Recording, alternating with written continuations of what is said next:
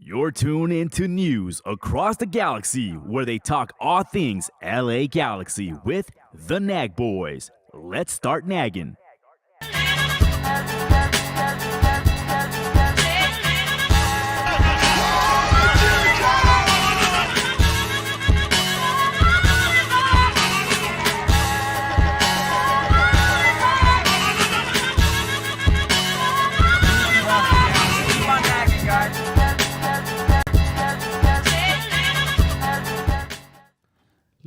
Here we go, baby. Part 2. 1, 2, 3, 4. Oh, we didn't lose. We didn't win, but we didn't lose. We didn't lose. Let's go. Oh, we didn't lose. We didn't lose. We didn't win, but we didn't lose. We didn't lose.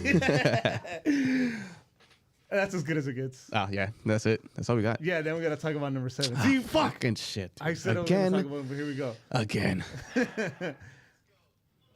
Oh, shit, I hate myself. Welcome to News Across the Galaxy. We talk all things at a galaxy. My name's Eddie. As always, I got Brian across from me. What is going on? Not much, Brian. See How you doing, sir? We got Chewy over there embarrassing me. I had to hear my own fucking voice. What up, what up, what up? Oh, yeah. I had to make sure the audio was working. Don't ever do that, fool. Oh, I do it all the time. Don't ever play that shit back in front of me. Yeah, it's going to be a meme. We got Nicaragua boy over there. What's up, Nicaragua? Hey, we're talking about USA, baby. Yeah.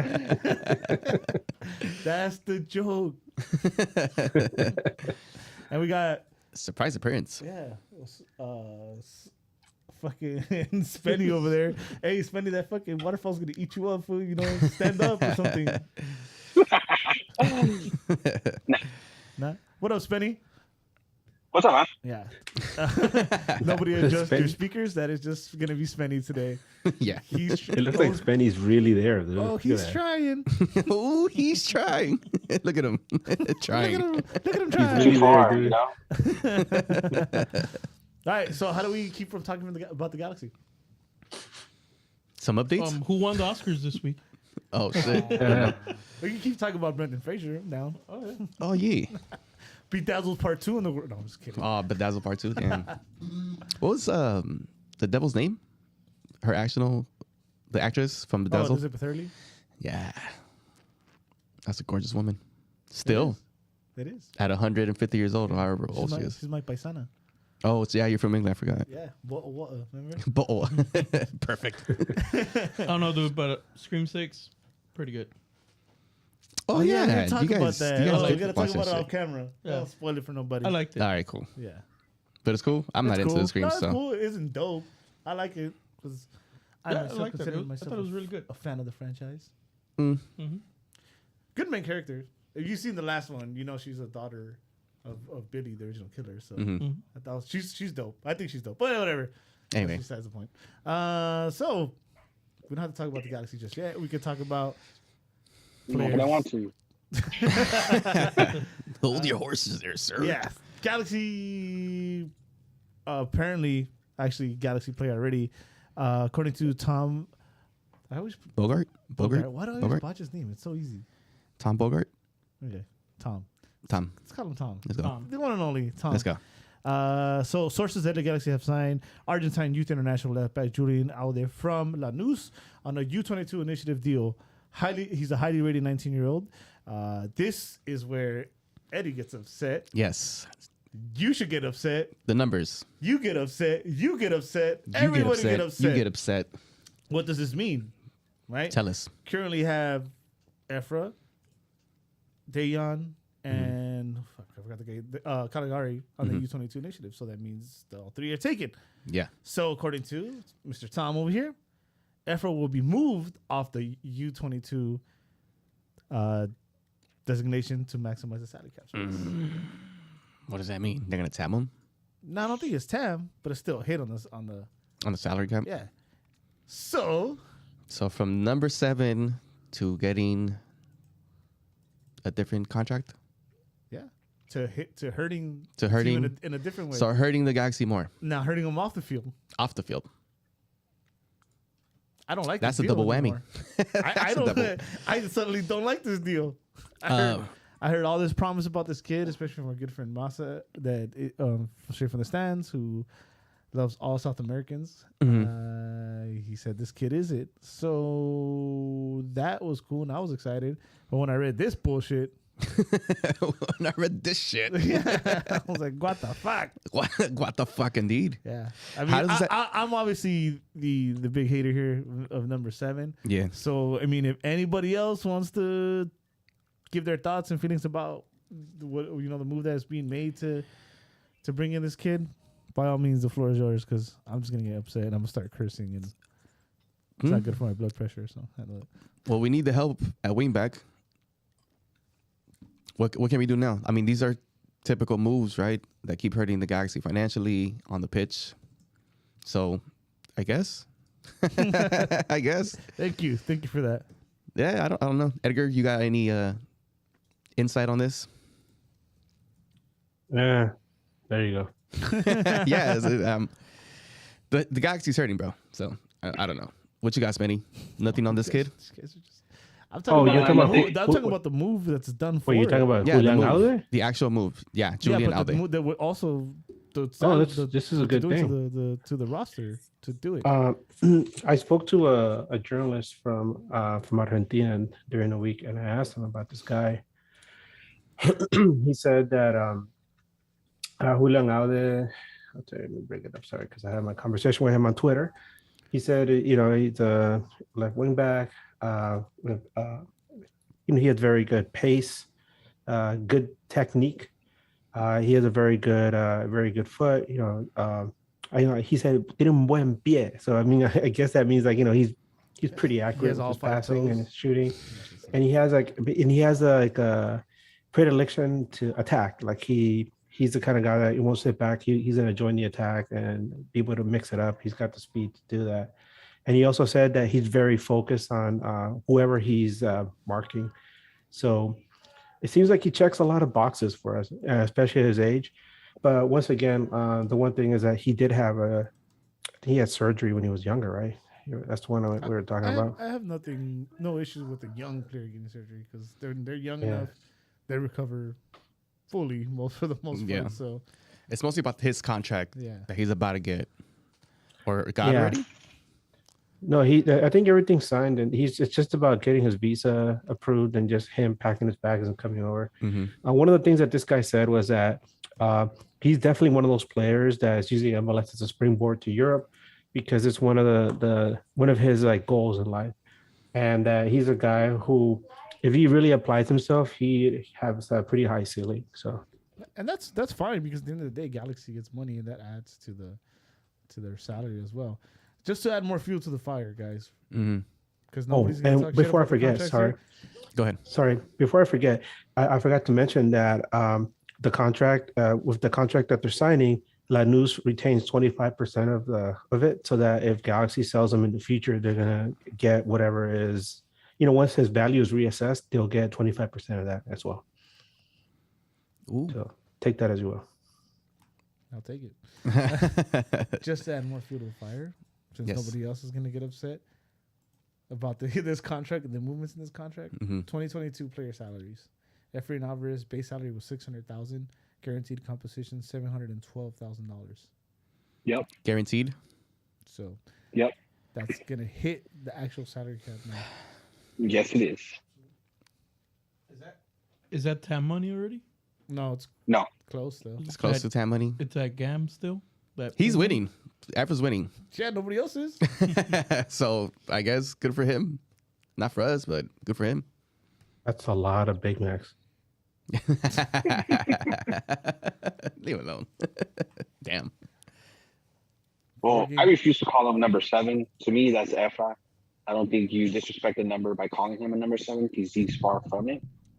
The only part I don't like about the deal is that you can no longer sell him and actually use the assets from that sale towards the team salary cap. The upside is that if this 19-year-old is everything he's cracked up to be, and in the next coming years, Argentinians are going to be, hot.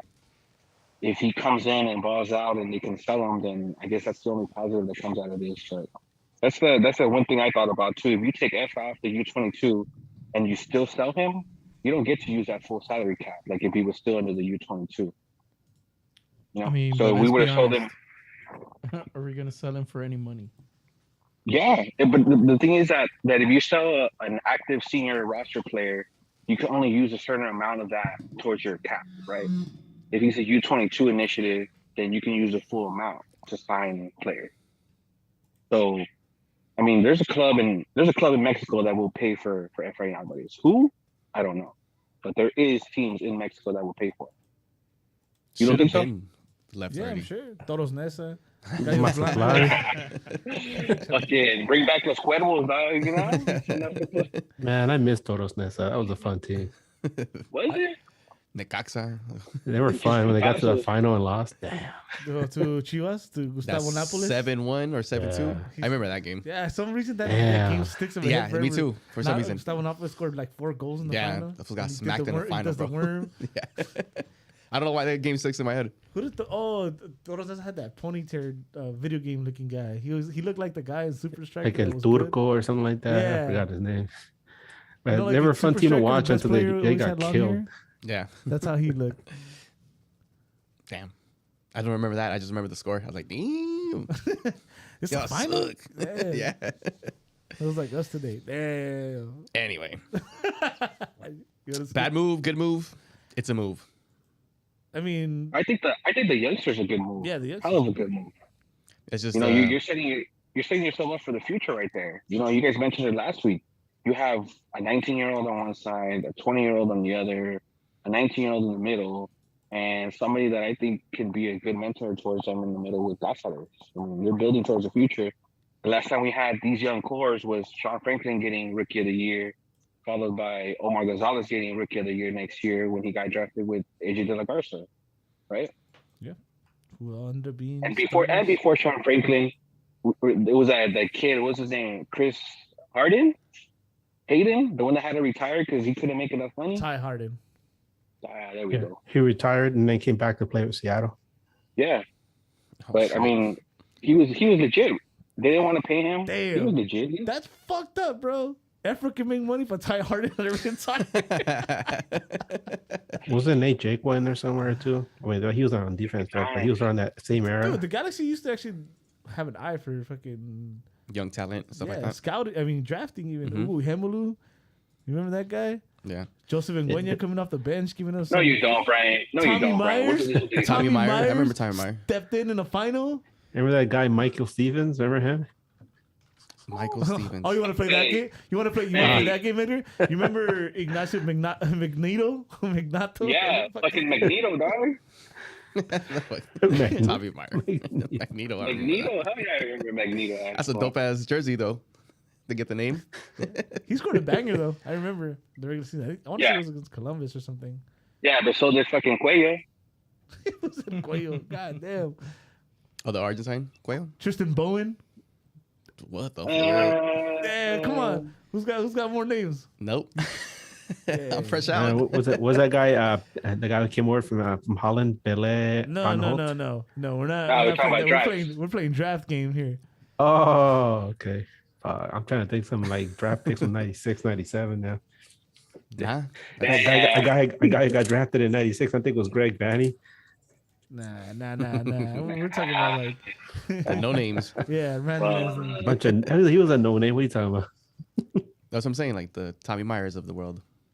More Tommy draft. Myers. But that draft stuff is, I don't think it's relevant now, right? They get one Well, or two out of there. I mean, we'll see, right? You have Preston Judd that Eddie's a little fond of, right? I'm fond of that. He's dope too. I Tom think so, too. Smart.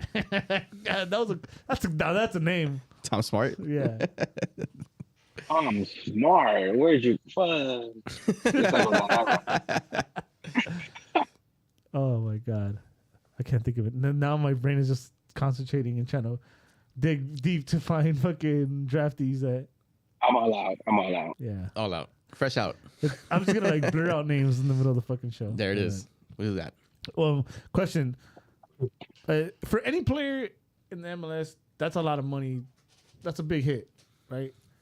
That's got to be a pretty impactful player, right? At least a good role player to be hitting the cap in, that hard in the MLS. Agree? Disagree? Agreed. Agree with that. Do you think there is like a plan to move him? There's no way just look, there's no way. Like, there is no way you look at that player and you're like, we definitely have to hold on to him and we're taking this hit. He's making maybe Tyler Boyd money or more than Tyler Boyd. Mm-hmm. I don't think there's any takers right now. It's a bad time for the rest of the world to sign a player in mid-March, going into April when the season's going to be over. You know, you can let them finish out the last 6 months. It doesn't cost you anything, and maybe get a summer transfer or a winter transfer. Yeah. There's no point in a team reaching out and trying to pay top dollar for Efraín Álvarez, who is not even informed to come in and make an instant impact. And then in 2 months or in a month and a half, you're gonna just bench him for another 4 or 5 months and let him get more fucking nuggets in it. You know, it's obvious. If it's obvious to us, I think it's obvious to anybody scouting or anybody trying to purchase this kid that he ain't fit to play soccer at a professional level. That is 100% true. Right? Yeah. I think there's just no takers. Yeah. I think there's just no takers, and you just got to write it out. Yep. There's no place for him on the field. He can't play wide. I don't think he hasn't even gotten a chance to play inside of the field. He's not going to take Ricky Puig's fucking position. Uriel Roseo already came in and did way better than I think Efra would do in the middle of the field, even though they play different positions. There's no spot for him on this team, especially when the roster fills out and we get fucking spring Costain or summer Costain or winter Costain, whatever. Whichever Costa wants to show up. Whatever variation we get this year. Yeah. Oh my god. Right. Yeah. I mean, this was spot for him on the bench. No, I mean, this was spot for him on the field. There's no spot for him on the bench. I was gonna You're add right to the that. first time. Go ahead, Edgar. I was gonna say I follow the Charlotte FC podcast, and I was on there recently, and I asked them on there. I was like, "Hey guys, do you would you guys be interested in someone like Efraín Álvarez?" And they were like, "Yeah, we could have him on the bench. He coming off in the second half." He scored a banger against him. You should have sold him on that. Yeah, he can score You bangers for remember you that guys. magical left foot when That's you scored about you guys it. in your home opener, your first ever home game? You remember? Yeah, but You they're can like, have that's that what they said. talent They're like, on your team. yeah, we'll have him on the bench. He'd be a good guy to come off the bench for some instant offense. That's about it. Yeah. we So were that just goes to show how the league views him. Good. So he's not just us. Anybody got the number to Necaxa? Speed out. I got you. I guess it's just wait and see, right? We've been waiting and seeing forever for something. Since For his either him to- appearance. Either him to produce or him to get shipped, and neither man. seems to be Oh, happening. once again, by the way, the whole thing about his man, we don't want to body shame, but the whole thing about his appearance came up and in the stands. So I'm sitting there and I hear some guy randomly out in the crowd say something like, how old is Efra? And he's like, I don't know. He's like, he's got a dad bod or something. And then somebody yelled out, he's only 20. And they're like, why does he have a dad bod? He's only 20. Yeah, I don't get He's that either. He's a dad of 2 kids. He literally We is. said, So we said this a bunch of times though. Like the team but is I'm just sponsored saying, by like, it just people were yelling this in the stands though. yeah, the team's sponsored by Herbalife. You should have a nutritionist already available, right? You're a professional soccer player. Bro, you got teammates around you. That you can, Teammates around that work hard, Yeah. like Chicha. Cáceres Well, is old. He Cáceres. doesn't show Yeah, shit. I mean, even the nutritionist, but like somebody like Chicha. Well, there's a lot of players that don't just use the resources that the Galaxy Oh my have, God. right? They have their own people. Okay. That wraps it up for Efra Watch this week. We're 20, Oh like yeah, 20 minutes in. 20 minutes in talking about effort. What the And fuck? we're still talking about this. You guys love talking about Efra. It's Eddie's favorite. I fool loves him, But bro. it's a hot Yeah, topic. Eddie, You know what? Eddie loves Efra. You know what though? You love him, bro. Just You know what though? Just admit it. Go to our like-minded pod BFFs. They spend a lot of time two? in the season. Cause Efra, dude, what the fuck? It's a hot topic, bro. It's like this. Again, they Mikey, relax. He mad too. They try to sell us on this kid. He got number 7, all that, So it's and now he's gonna hit our salary cap hard. So it's something to talk about. Something. Yeah. It's your Jurgen Shelvik, bro. Now it's becoming Jurgen Shelvik. He's Hey shelving. Brian. Yeah. Hey Brian. Yes, sir. Why don't you do us a favor and add him to your boycott list of demands for him to get fucking traded or sold? Check. Efra Watch. Efra watch. Thank you. All right, let's move on. So, in other non-coming in news, so Admir, a player rumored to the Galaxy, according to Alex Ruiz. Actually, retweeted Brazilian reporter Cesar Luis Merio, I want to say his name is, that Galaxy rumored player Admir is actually in advanced negotiations with Bahia in Brazil. So, yeah. So no forward for us. No.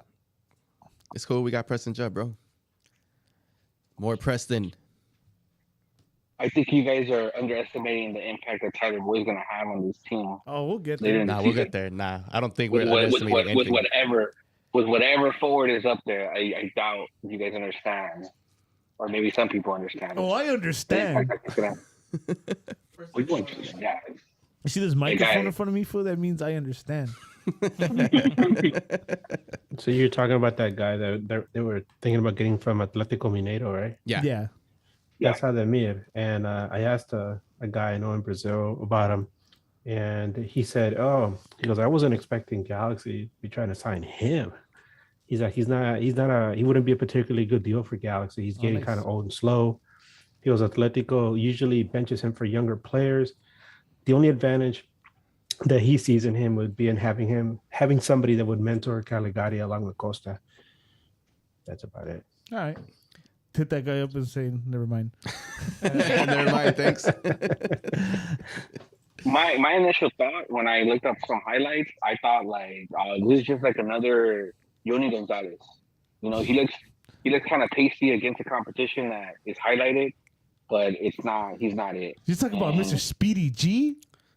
That DJ Rocket. The Rocket Speedy G, bro?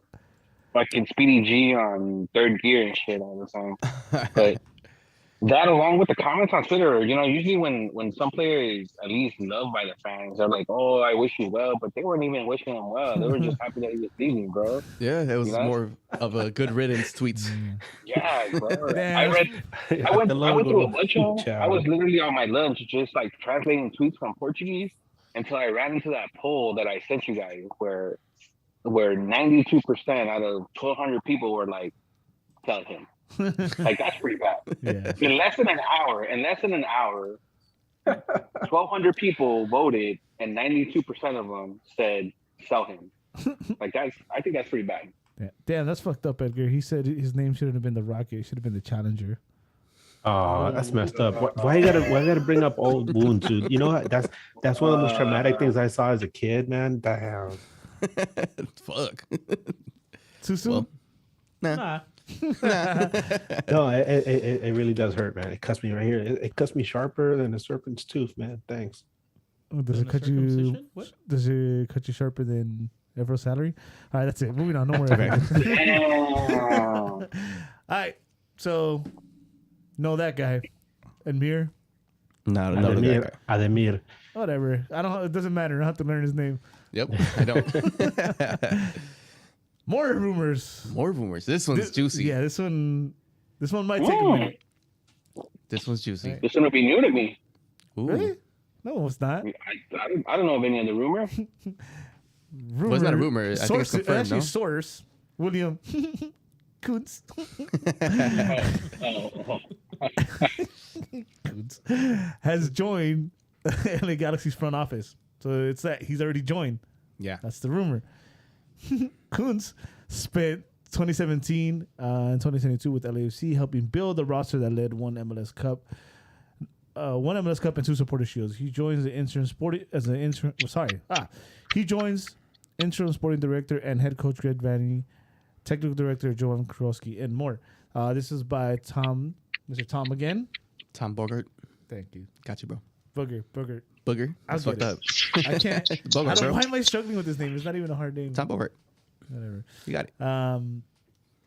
The thing is that, and this, I saw it, somebody tweeted about it, I completely forgot. I'm sorry that I forgot who tweeted this, but notice, it doesn't say what role he's playing here or what role he's going to have. Mm-hmm. Yeah. I don't care. I don't care. Oh, yeah. Who cares? He's in there now. I like this move. It's fucking ballsy, Yeah. but it's less of a boys' club now. Yeah. I mean, at least there hasn't been any connections to Vanny or Klein, Mhm. you know, to connect them to this guy. So that's another plus. And I mean, the guy seems to know what he's doing. I mean, maybe he knows how to cheat and not get caught. Wiley considered the best number 2 in the league, and before that he was with the Yankees, right? Yes. Yeah, Yankees. He was in New York. Worked He in was the in New MLS York. League office before that, and was with the Yankees prior to soccer.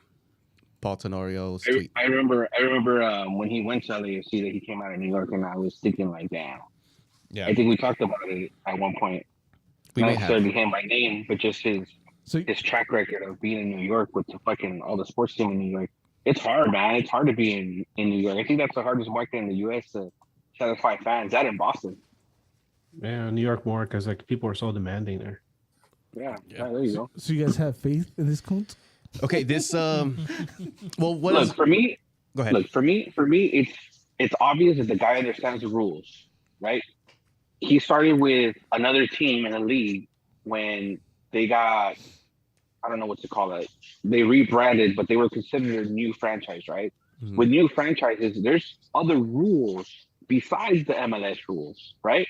So this guy not only had to maneuver within the MLS rules, but had to learn the expansion rules, right? And succeeded. However you want to look at it, that team succeeded. They set out to do something and they accomplished it within 5 years. And no matter how involved or how many decisions he made, he was involved in the process. Now you have Vanny that came from Toronto that did the same thing.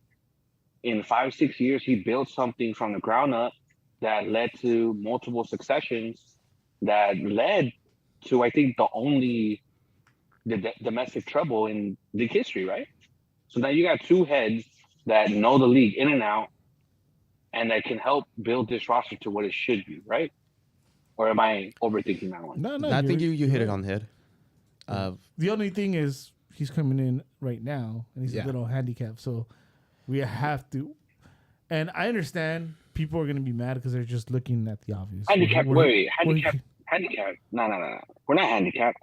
$1 million in a summer transfer is not a handicap for us. It might be a good thing because in the past we've wasted that money on a splash deal, which we can't do anymore. You bring in a guy that knows the league, knows the rules, alongside Danny is only going to help us make the proper signing during the summer transfer window. Well, Not just we waste don't have money we on don't the have TV. summer transfers. That's why. So what I No, say no, is by my handicap guy. Have you not been paying attention? Vanny already told you what the goal is for the summer to move within the league. within the league. When's the last time we did that where we saw success long term? Now, it might be a sore subject or a topic to hit, but Cobra Katai, bro, that fool was a legit number 10 in Chicago. Yeah. That his wife fucked up the opportunity for us to have a great player within the league. That was a steal. Yeah. That was We took a DP as a non-DP. Mm-hmm. as a non-DP. Now you have two really good people that know the league with Vanny, who's making good signings this offseason, somebody that build a championship team, across town, looking inside the league to use that money that's available in an effective way, because that money for Julian is still available.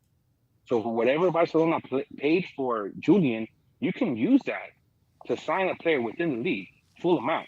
So you can buy out a contract with Julian's money and get whoever is willing to come to LA within the league in the summer. I don't know if we can use all that money and buy people out. I think it's a little more trickier than that. But you can. But it's interesting because Vanny Vanny must have known, right, that this guy was coming in, because in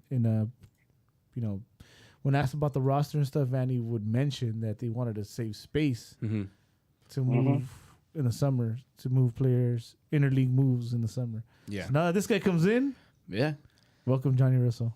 Fuck Johnny Russell. I'm just kidding, dude. Isn't this summer? Oh my God! I almost busted an egg here.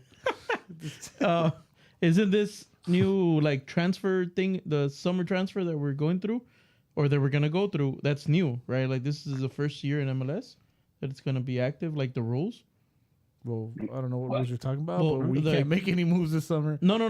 I mean, the way they're doing the, what is it, the inner transfers in MLS, that's one of the things that has been brought up, that this is somewhat the new thing. They made it. That's going to be in They MLS. made it easier. Right. They made it easier for But that's what I'm in-league saying. transfers. Those are still new rules that probably not a lot of other coaches or GMs really know how to handle. Yeah. And now, But you got to look at what this guy did across town. I mean, he brought in multiple players within league that are no longer at that team they had for a year or 18 months. I think the biggest one was, in my opinion, Bird, right? Mm-hmm. That guy came in and started starting for them, and now he got shipped off, and they won a title without him.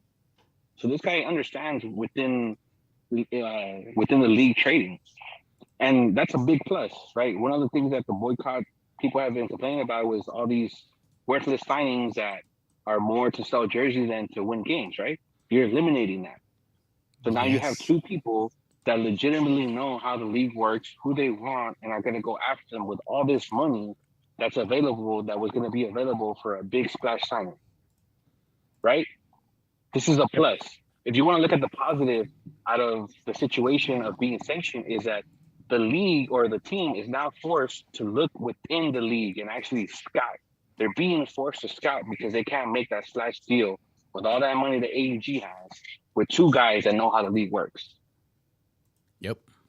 I mean, I'm only optimistic. Catch me anytime. Yeah, I'm optimistic. Very optimistic. So more exciting than any of the player moves we've done this season for and me. Spenny touched on the whole boycott thing. I'm optimistic because of that too. Now that means that Klein is not going to be involved directly with any moves. You have this guy now, which is something that I would think that the boycott is, that's why they're boycotting. Because they have Klein making these dumb deals, and now you hire somebody who's not going to make any of those dumb deals. So I'm looking forward to this. Especially something that Eddie's been wanting, which is some dope in-league trades or whatever it is to come in to the Galaxy. Yeah. And this could be it. Like I would still like to know. Sorry, I was going to say I would still like to know in what capacity he's joining the team, as far as like as a general manager, which we haven't had, or details of that aren't out, right? I think once it becomes official, we'll know. It's not official. Remember sources. Yeah. I would assume a GM or sporting. I mean, we didn't know about Chris Klein being officially, re-signed. So now, guys, correct me if I'm wrong. But in Toronto, even though Greg Vanney was like general manager, there was like 4 other people around him, right? There was like a president that was involved. Yeah, the president came out of Houston. He came out of the Houston Rockets. He went up north. Damn. He started doing his work as the president. The vice president was involved, and he had, if I'm not mistaken, 2 assistant general managers under him. Greg Vanney, right? Correct me if I'm wrong. I don't know. Somebody in the chat might know that, but he had 2 people under him. I know like Ricky and fuck, someone had like a girl's name. It's not coming to me right now, but yeah, they had somebody else too. Yeah, it's like Ashley, right? Something like that. Some shit like that. It was a guy's, it's like Stacy or Ashley for a guy's name. Yeah. The guy that came out of Houston. He used to run the Houston Rockets. He brought James Harden, helped with the Astros rebuild to win a championship. So he was a legit guy that helped Toronto also. You have a podcast, Penny. You know what you're talking about. You sound like you know what you're talking about. I'm just saying. Vanney knows how to work with other people, and whatever title he has at this point, do we really give a fuck? True. Just want the team to win. win. As long as it works. As long as it works. I just want somebody that knows how the league works. So you're good with this? I'm 100% good with this. We got to move on. Yeah. You good with this? Chu, you good with this? Yeah. Yes, that was good. Edgar, you good with it? I'm good. I don't like it. I don't like it. Yeah. Sure, spending whatever. After all that shit you said, well, something I ran into right now, and A dog. we'll just make it quick. And I'll give my 2 cents. You want to give your 2 cents? Go for it. But so it looks like the MLS All-Star game, which is taking place at DC and Audi Field this year, will be the MLS All-Stars versus Arsenal. I am tired of this format. Bring back either East versus West, or keep the Liga MX MLS, which I didn't mind because that seemed more fun. Yeah. So yeah, not excited. That's ass. I'm tired of this format, especially when we lose. It's embarrassing. Yeah. So no, I'm not. I never was a big fan of the All-Star game anyway. So, I guess. Also, the jersey tournament that Edgar has been posting. Some updates, Edgar? You've been doing a jersey tournament? No, just kidding, man. It's interesting because at the beginning, not that many people were checking it out. I mean, some fans were from different teams, but over this past week, my God, a lot of people jumped in there, especially with when Galaxy and Houston was involved.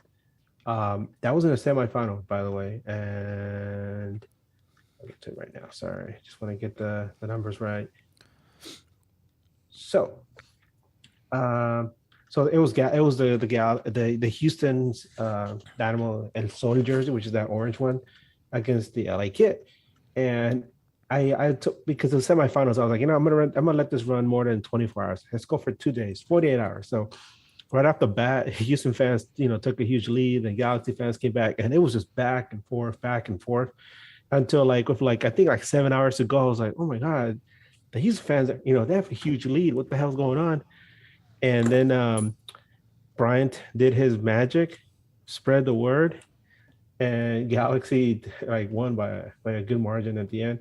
So 344 votes, and the LA Kit won 55.8 over 44.2 over Houston. So that means the Galaxy Kit is actually in the final, which is kind of fascinating.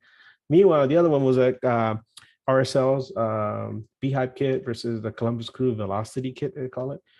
That one ended in a tie after 108 votes. So I was like, oh, what the hell? It's the second time that the Columbus Kit has been in a tie. They tied with the Orlando jersey too. So that's really, that's crazy, you know, because you think of how many votes, you know, people put in this thing. So I brought it up again. I was like, all right, look, we're going to run it back. Let's see how it goes. This time I only did it for like 8 hours. And the people voted. Yeah, I'll give you this right now. So that one was fast. It was like 8 hours, and the Crew fans jumped on it, and they won 72.2% to 27%. So it's going to be in the final. The LA Galaxy, LA Kit against the Columbus Crew's Velocity Kit. So you guys, I'm going to post that up probably tomorrow morning. So get ready. I'm going to let it run for 48 hours. So just get in there because the Crew fans are pretty crazy. So if you guys want to see the Galaxy, you know, Kid come out as the winner, there you go. It's a chance. So there you go. That's your update. You know what you should do? You should like see if you can do like a search of Columbus, Ohio, and just block all those fuckers from your profile, dude. Come on. Oh, in the heart of the city too, because they're gonna hate on us. Oh yeah, dude. Can you search that? Heart of the city. Nowhere to be found. Damn. Yeah, so make sure to follow Edgar Nags, not to be confused with Eddie Nags, on Twitter to vote for his. Yeah, and it's down to the nitty gritty. yeah, so. and also check out Edgar's article. He put a lot of work into it and a lot of love and passion. And you could read his article on nagtv.com. Yeah, That's nagtv.com. One more time. nagtv.com. Yeah, don't forget to read Bryant's article, which he put a lot of work into as well. Nashville, he moved Nashville from one conference to another, baby. There you go. Brian, Back in the West, baby. fucking Brian. All feelings, no facts. Let's fucking go. All right. Oh, Do we got to talk about this stupid game? we do have to talk about the stupid game, bro. But yeah. I want to make fun of you more now for that one. Had Nashville Stupid game. In the West. And I forgot Houston. I forgot Houston existed. Houston doesn't exist. He forgot Houston completely. What the fuck? Oh shit, man! What a podcast. Before we start talking about it, you guys aren't optimistic after this game? No. No. No. Oh, let's get Well, into it. well, I want all the smoke. I want well, all the smoke. Let me tell you I'm why. like, Hold on. yeah. Hold I'll on, tell you what. Let me tell you why. We'll mention it. Let me tell you A lot of mine. stuttering here. Let me tell you why. Is it yes or no? Let me tell you why mine. Because it doesn't exactly have to do with everything that I saw on the pitch. Although some of it does, there's concerns, but also I think the slight improvement also has to do with the home opening hype, and that is where my optimism is not The at its improvement? high. It's super high. Next game, I'll judge by the You gotta next. just touch on that. Yeah. Well, let's get to the game then. Let's get to the game. Bitch ass comes on my fucking podcast and just right there. Demanding shit. Talking about you're wrong. Get the fuck out of here. with you. You know what? I'm leaving. This is the part you're waiting for, Phil. Hold on. What, now you're backing out? Now you got scared? Okay, I'm back. I'm back. I'm back. You see that? Let's go. WrestleMania season, baby. Let's go. What? People, now you can't see me. Don't do that. All right. Okay. Yeah. So keeping up with the WrestleMania theme. So the lineup. Oh, sorry. I'm doing this all wrong. I'm getting excited here. Let's go. So, yesterday, Saturday, March 18th, the Galaxy took on, Vancouver Whitecaps at 7:30. Yeah. Dignity Health Sports Park for the home opener. And they came out as so. Not too many changes. They had Jonathan Bond in goal. They had Raheem Edwards at left back. Center backs, again, Yes. pairing Martin Cazares I and love Jalen it. Neal. I love it. You had Kevin Leardan starting at right back. You had Gustav Brugman. This is, by the way, this is the way the MLS site has it. Take it as you will, because it actually looks different. They actually put them in a lineup, and I don't remember them ever putting them in an actual lineup or formation, I should say. They have Brugman at CDM alone. Okay, Tyler Boyd out left. They had Ricky Puig as left center mid. Mark Delgado next to him at right center mid. They had number 7 at right mid and Dejan Jovalic starting at forward. Right? You already know my opinion. Yeah. One thing about the lineup is why is that number 7 still in the wing? Yeah. You guys? I was excited to see Jalen get the start again. I believe in this. Like, I truly believe this. If he's available, you should start him every time with Cáceres, with this squad. So that's the only plus side that I saw from this. Oh, and Tyler Boyd starting. Yeah. Yeah. Tyler Boyd starting. That's something that, I think we've been waiting for to see him start. So I was happy with that. I think Jalen Neal as part of a rotation, I think is great. I don't know if I would start him every game, but I mean, him Koulibaly, you have subs. Like you have rotation right there. You still have to groom him, but Sounds I'm not so wrong. opposed with the 2 starts in a row because it's like you reward him for having a good game. Yeah. Yeah. Next game you could call rotation. It's on turf, although he's young. Anyways, Spenny, Edgar. I'll defer to Spain. For me, I was hella hyped as soon as I saw Boyd on the lineup. I was a little disappointed when I saw Efra on the lineup. As far as Jalen preseason, because of the January camp with the USS national team, I wasn't convinced that he was ready to be a starter. But at the same time, like, I don't think we're in championship to contend for a championship. So just give him the minutes already. I think the opposition at the start of the season was perfect for him to get his feet under him while Koulibaly handled his business in France, whatever was going on, to come back. I think the schedule was perfect for him to get those minutes under his belt before we get to the tough part of the beginning of the schedule, which is going to be Seattle and LAFC coming back and Austin. Those are 3 of our next 5 matches. So it was a good opportunity for him to compete against maybe not so high level competition, to really see what he does and really see if he can keep that calmness that he shows on the practice field on the actual field against real competition. Yeah. Edgar? Oh, I was relieved to see Tyler Boyd in the starting lineup because I was pushing for that last week. I don't know if you guys remember. I felt like at this point, he should be starting to get to a point where he can get a lot more minutes. And I figured he could come in and then probably, get subbed out in the second half, which is exactly what happened. But my God, what a difference he made in this game. Whenever he got the ball, he showed a lot of energy. You could tell, he's a different breed of player as a natural winger. And man, does this team miss that so much? They were actually playing a little bit wider in this game than they did in previous games, where they were just trying to go up the middle and having issues on the counter when teams would catch them. So just seeing him there, I knew was going to make a big difference. Of course, seeing Jalen Neal again, it's a big plus. I hope that he gets as much experience as he can with the team now, because I don't know if you guys heard, but he's probably going to be with the U.S. The U20s at the U20 World Cup, which is going to be during May and June. So he's going to be gone during May and June. So, this Galaxy defense, which is already, pretty stretched out, man, it's going to be tough. We're going to see probably like Sega and Cáceres. You're talking about Julian going to the U20? I'm sorry, Jalen. Technically Boyd can go, but you're referring to Julian. Right? Sorry, but I got my J's confused. Thanks for catching. It's Jalen Neal. Because Boyd can still go. Boyd can go. You can take senior players. No, that's the Olympics, bro. That's the Olympics. You're right. Yeah, You're right, I'm Eddie. sorry. Jalen Neal, bud. Am I muted? Was I saying Julian? I don't Is that know. what's going on? Well, Yeah, you were saying. I think you were saying. you were kind of all over the place. You started talking about Boyd, then No. I was Then just Tom saying I was happy to Smart see Boyd there. and- But overall, I was happy. I mean, Eddie was with me when we looked at the starting lineup, and we were like, yeah.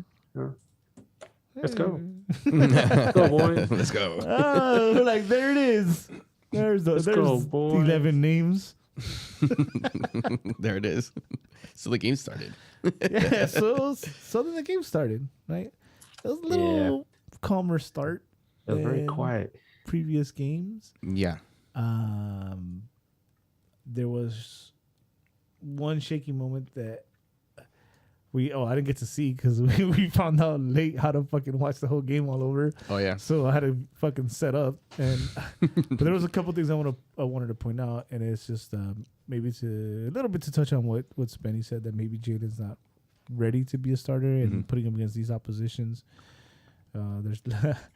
there's less risk, and in this game there was one particular play, two actually. The other one is the one I wanted to see. I couldn't remember clearly, so it's that play I'm talking about. Is like somebody, beat him on his shoulder. Like he completely lost track of his player, but he ran into the guy, just made a mess of the play.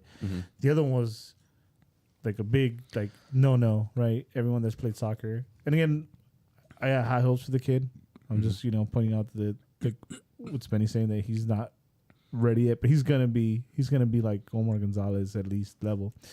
There was like an uncontested easy back pass bounce header. Oh, the header, yeah. And he played it straight into the middle, into the path of a Vancouver player. So that was like kind of in the beginning.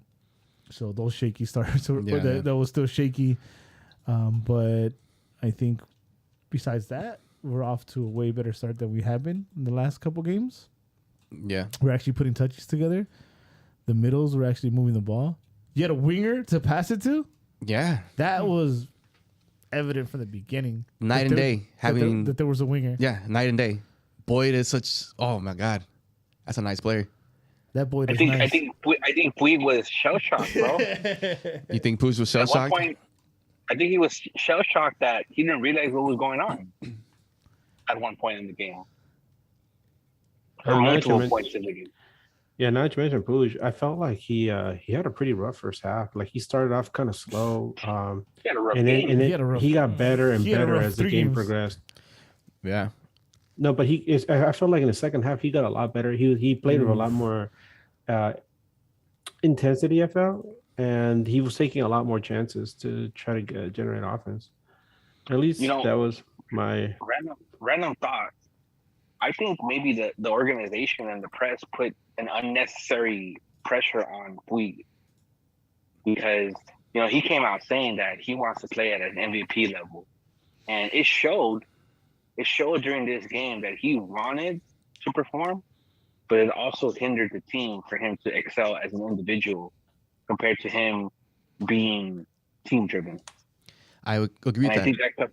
I think that comes from the DP tag that they forced them to talk about for 18 minutes post game. Like they literally just kept asking them, like, "Oh, hey, you're a DP," in English, and then in Spanish, "Oh, ya eres franquicia," Like I think they put unnecessary pressure on him.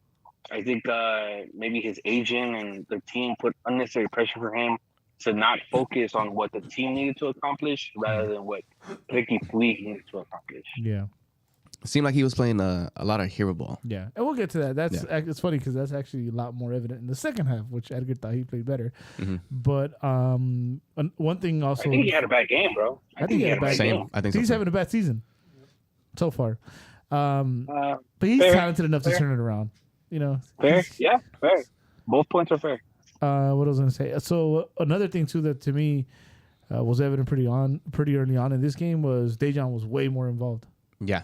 He looked more active. Yeah. Than I'd seen him this last year. He did like the right checks, come in, post, play it one touch wide. Like that's how kind of the couple chances came. One from Edwards and who was the other one?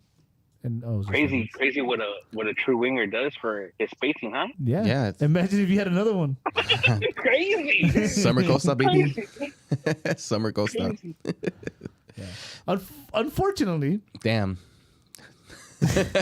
Here you go. Good start. Jean-Claude Van Damme. Yeah. 14 minutes. 13 minutes. 13 minutes. Damn. Not even, 13 minutes in. You didn't make it to 14 minutes. They didn't even make it to 14. 13. Fuck. 13. Yeah. I'm gonna let you guys beat him up. Set piece. Dude. Nah, we fucking the poor horse, bro. That's what I told Brian when we watched it, because I was, the funny thing is I missed it. I went to get water, and I come back and it happens, right? And then I see it, I'm like, and I hear the mumblings. I'm like, no way, this fool really is gonna give me more shit to talk about him. You know? And then later I didn't see it till today. Yeah. And then because I knew what I was looking for, and then I pointed out to Brian, and we were just like, "Fuck, bro! Don't give me more reasons, bro." And the fucked up thing is, watch the replay of the play, and if the laziness and the unawareness and the IQ is not evident, every single player in the Galaxy is in line and runs. Yep. Except the one person that needed to make that run. Yep. And he actually touched his guy. Yeah, and he actually was feeling him out to see where he was.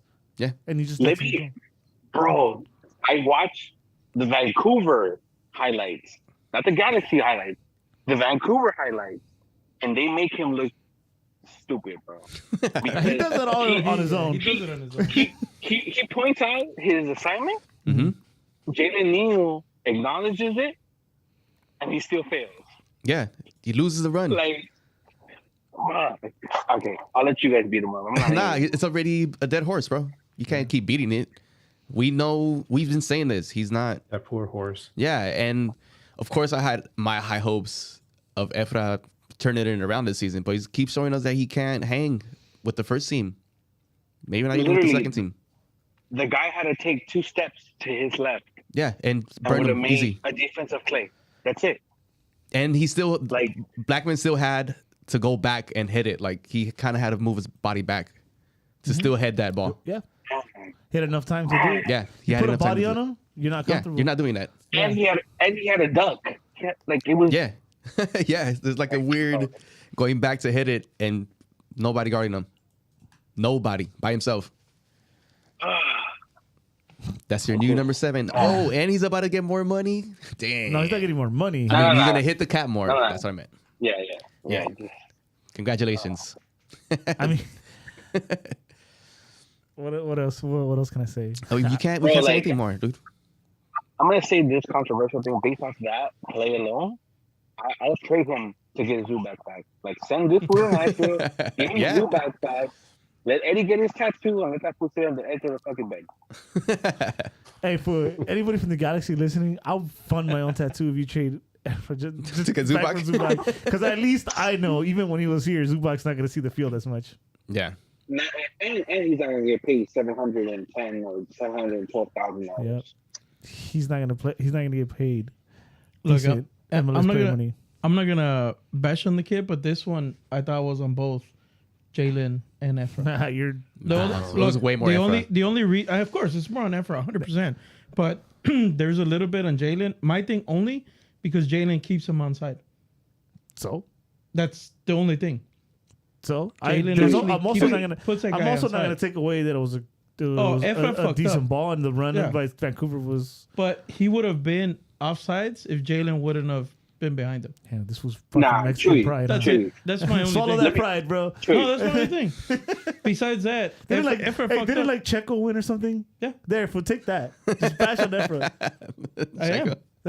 I am, but I'm also putting Jalen on.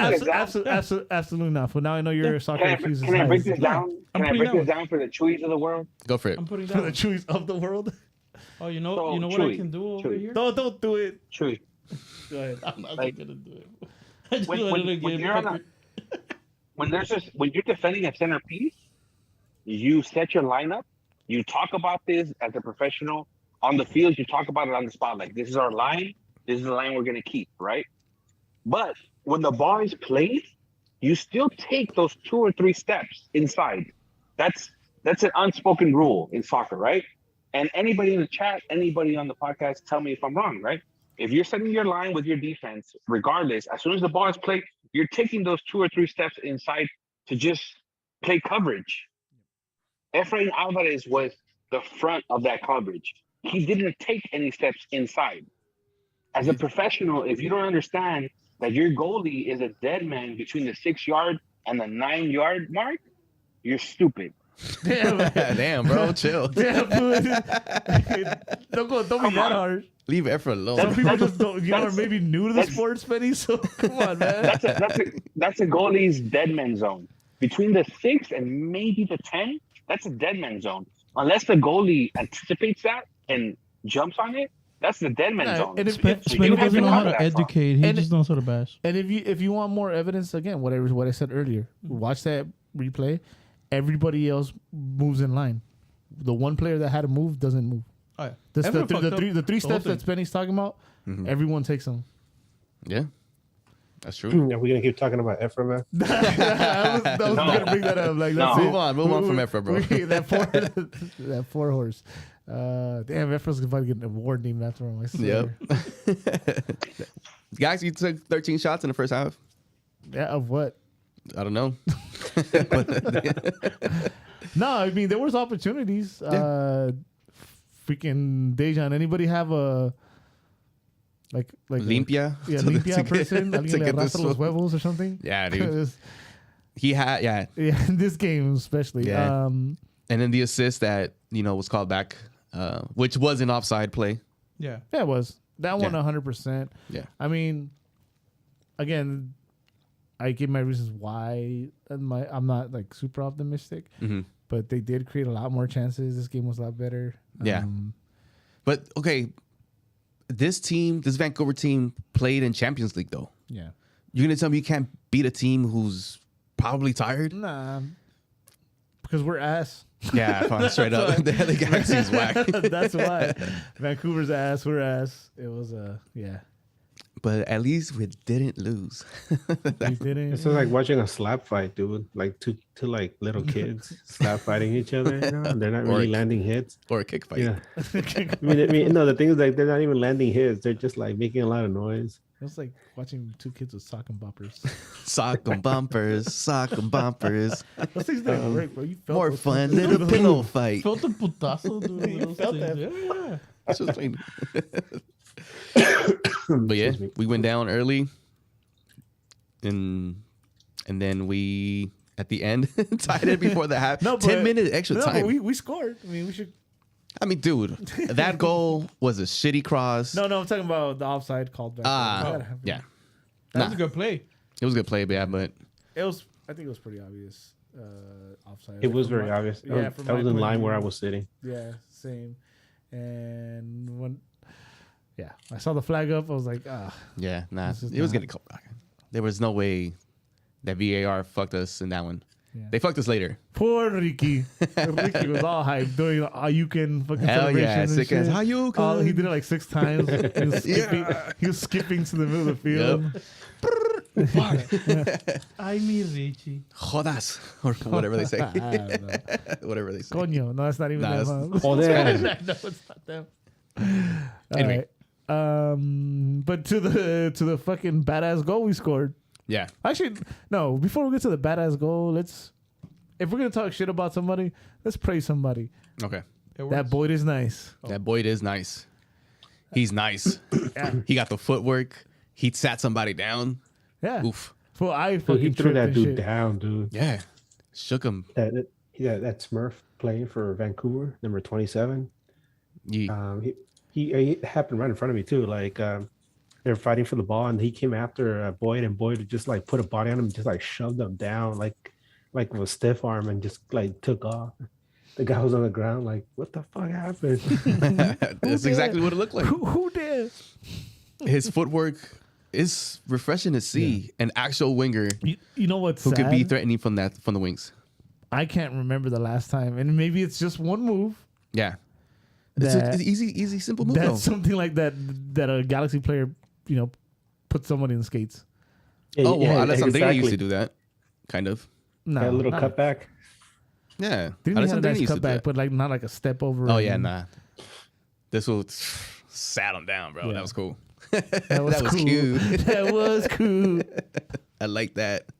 Sweaty? I I don't know what we're talking about. I said it during preseason. Boyd is going to be the X factor. What I saw with him in the national team, and the fact that any team that's scouting us doesn't know what Tyler Boyd brings to the game until they saw this game. He's a pacey, big, tall, strong guy that will do a step over on you, that will do 2 or 3 moves, not because he wants to be flashy, but because he understands that if he does 2 steps over, Dejan Joveljic or Chicharito will be in that line that he needs him then to make that final pass. He understands the progression that happens if he does that step over, if he does that extra move. He doesn't, in my opinion, he doesn't really waste movement on the field, if that makes sense. Yeah. Now, I might be overestimating his abilities, but I mean, the guy is a baller. The guy is a baller. He's going to be a baller in this Say it. league. He's going to be a problem Say it. that requires somebody to either stack him. They're either going to have to stack him with a defender and a midfielder, or they're going to have to one-on-one mark him. That's going to open up whoever's playing up top of him. Say it. That boy What do you nice. mean say it? That boy nice. That boy nice. That boy nice. Let's go. What are we talking about? Hashtag that boy nice. Oh, big dude, we're missing something huge, bro. That happened. I bet. Huge. Imagine if he would have got the ball more often. Oh yeah, that goes Ricky into the missed second them half. so many times, Yeah, too. hold on. This is the second half because we're gonna talk shit to Edgar. Okay. Efra got his. Edgar gonna get his too. We got enough to go around for everybody. Yep. We got time today. The injury Yes. to Jonathan Bond. Yeah. Oh, poor Bond, man. Yeah, that sucks. Edwards' fault. You know what? It's funny because I saw the replay and I think Edwards embellished, and it led to that too. It was a push, 100%. Yeah, but But he embellished and it just. Knocked this fucking The goalie. thing is, like, it sucks, because we all have our things about Edwards, but it sucks because you never expect that to happen, right? Yeah. He obviously he didn't do it on purpose. But that's a Panchero, bro. That's what look what it led to. Yeah, for being a flopper, that's what you get. Yeah. You hurt your teammate. But the thing is that we have a great backup. we have two starting. Basic, We have 2 starting goalkeepers. Yeah. And Not bad. I'm going to say it, Klinsmann over Bond. I think it's a blessing in disguise. Klinsmann over If Bond. bro. Spenny's right about this is not going to be a championship contending team. Yes. Give the kids their time. Give the Klinsmann his time. Klinsmann is not that far. 100%. I don't think Klinsmann's that far from being Nah, one of the. He's a starter in any other team. Dude, it's Yeah. and little things, bro. Little things. What's one of the? So actually, let me backtrack. One of the things I noticed in this game that was my complaint, and I remember now because I spoke to Angel, was they were so slow to come out. Like the way Vancouver would hit us, we were so slow to come out. Like we would play the ball out. Ricky would have the ball, Bro, and he'd pick up his. Hold on. So I just want to point out little things. So one of the first plays when Clemson is in, he catches the ball simple, and split second he throws the ball out to his wing, quick. Yep. Bond doesn't do that. Nope. And Bond's horrible with his feet. His distribution is, Yep. Less than desirable. Oh, you were saying? Go ahead, Spenny. You could touch on whatever you want to touch on. Nah, I wasn't trying to interrupt you. I was just agreeing with you. I don't think Clemson missed a beat. I really don't. I think that was the biggest thing, that the fact that the kid can throw a 35 dart, 35-yard dart to somebody's feet. That's a big deal. Even if you can't necessarily attack off that pass, you put the defense on their heels, and on multiple occasions, it caused Vancouver to be out of position to where their forwards and their midfielders were coming back on defense and completely messing up their offense, to where even when they got the turnover, they were so out of position that it kept the game on their side of the field. That will work against any team. Yeah. Regardless of how good, unless you're top 2, top 3 in the league, that is going to work against any team where you dish out a pass, putting in a dangerous part of the field, and whether that offensive player moves forward or passes back, your defense is already out of place. Yeah. You start the Because counter you right have there. bro, you have people tracking back that are out of position because they're tall and trying to get a header. Those lanes aren't as easy to run to if you have, like the first fall that he played in the middle of the field. That's a dangerous ball when you have 2 wingers that can actually run the wings. And even though Ricky Puig refused to pass to Tyler Boyd, Tyler Boyd was open on some of those counters to where you could have launched it 30 yards in front of that kid, and it just would have been a foot race. Yeah. See who gets there. To answer Football Galaxy's question on the chat, since it isn't the topic right now, do we know how long he'll be out? Unavailable? No. Apparently, according to Vanny, there's going to be tests on Monday. So it doesn't seem to be anything serious. He was in a sling. He was in a sling at the game, so I guess we'll see. Hopefully, it's not a long-term injury. I mean, but like I said, we're in safe hands with Klinsmann. Yeah, I'm okay with that. Oh, now we got to talk about the banger though. The banger, the tying banger. Let's not gas this fool up to where he's prepping. Klinsmann has some holes in his game. Oh yeah, but he's like we're good with him being. Dude, keepers play till they're 100. Yeah, you know he's 24. Look at Buffon, still playing. I think. No, probably not. Is he? I don't know. Maybe. Hey, they got a championship over us, but like the Mondo, hey, in this league he's top 5. I don't know, top 3, top 2, top 1, but he's top 5 all time for his size, what he accomplished at his age. Fair to acknowledge, no? Fuck Nick Raimondo. Yeah, fuck Nick Raimondo. I'm just saying, fuck that fool, but with like an asterisk. I'm glad you said it. Nah, I agree with that too. Nick Raimondo was, he's a solid MLS keeper. So undersized, bro. He's undersized. And he's undersized, yeah. Klinsmann, baby, let's go. New era. The banger. The banger. The banger. So, Edwards throws this crazy ass center with a weird ass effect, bro. He's like, he threw it right for the goalie to catch it easily, so the goalie's confused. Yep. Obviously. Is this for me? Yeah. You never expect the opposing team to do that, right? Of course not. So, obviously, the goalie's going to make a mess of it. And who's there to clean it up? Kevin Leardom. Yeah, just the way they drew it up. It was the guy responsible for scoring the goals. Yep. On his team. A wild effect on the ball across. And, yep. I'll fucking take it. Straight from practice. Straight from the training grounds. But in all seriousness, a terrible pass. Terrible fucking pass. Floated in like literally for a keeper to catch it.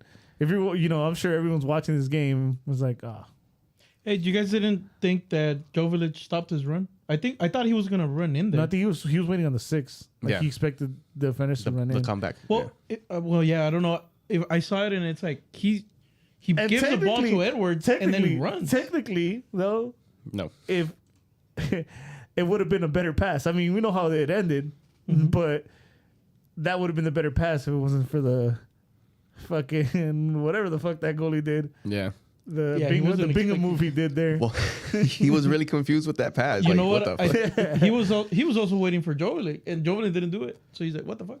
Espérate, güey."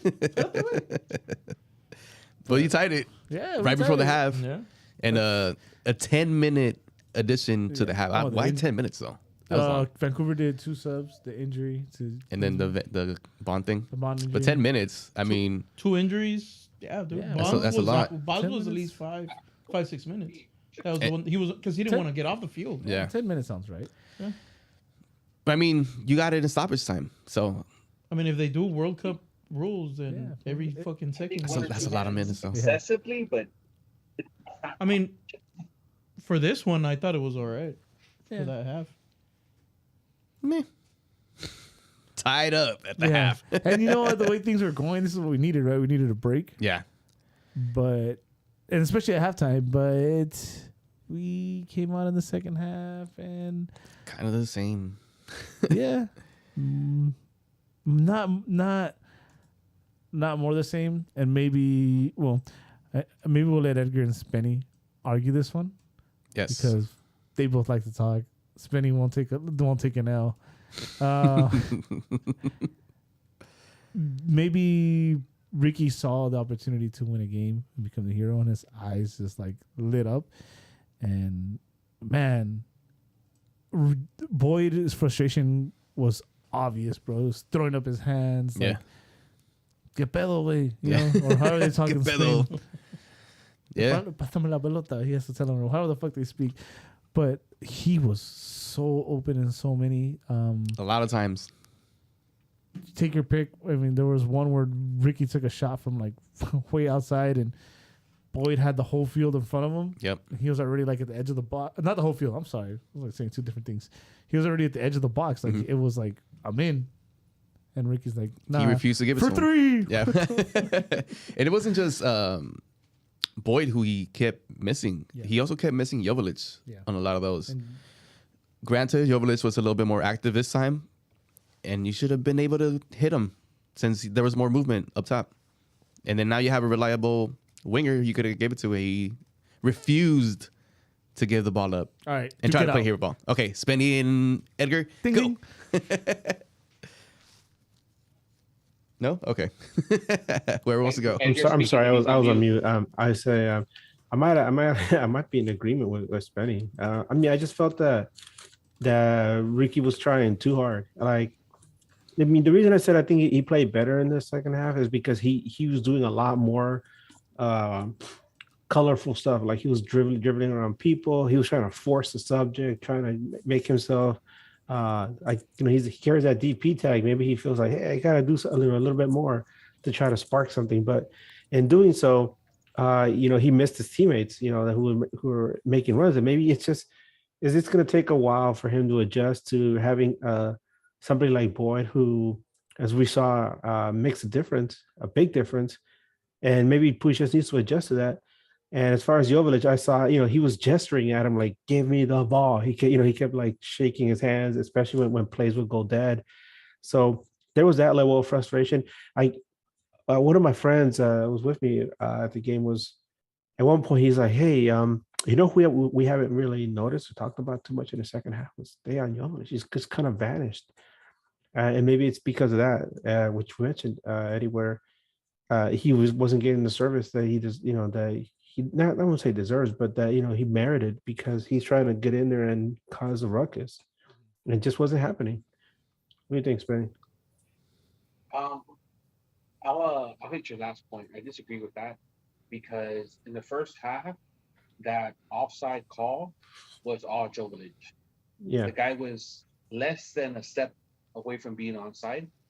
And the weird thing is that against a legit defense, he would be onside because that defender didn't realize his run until it was too late. That's my personal opinion. I think against a higher level team, that run actually is onside because as a good defender, you're going to track Joveljic coming off your left shoulder or off your right shoulder, crossing your left shoulder. You're going to follow that. The Vancouver defender didn't follow that. He lost track of Joveljic watching the ball. And luckily for them, it became an offside call by less than half a step. Right? Yeah. yeah. And against an elite defense, they're going to track that run, and it's going to be onside. So Dejan Joveljic in this game got to be a lot more dangerous because you had a legit winger that demanded attention. Regardless if he wasn't getting the ball, the defender or the setup realized that this guy was in space to receive the ball, and they had to adjust accordingly, right? As far as the passing and everything, I think you're looking at a 24-year-old that came from a very prestigious team, a worldwide renowned team, and he's coming into a league that is, it's a prospect league for Europe now. Mm-hmm. That hashtag or that perspective of it being a retirement league, I think is out the window.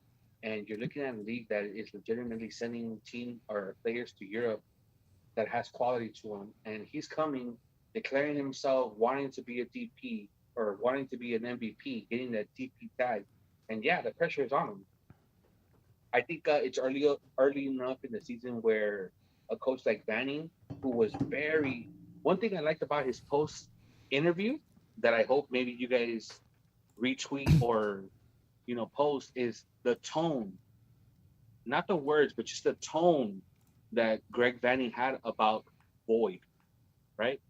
If you go back and look at that post game interview, Vanning is very hopeful about what Boyd can do with all that space and his skill.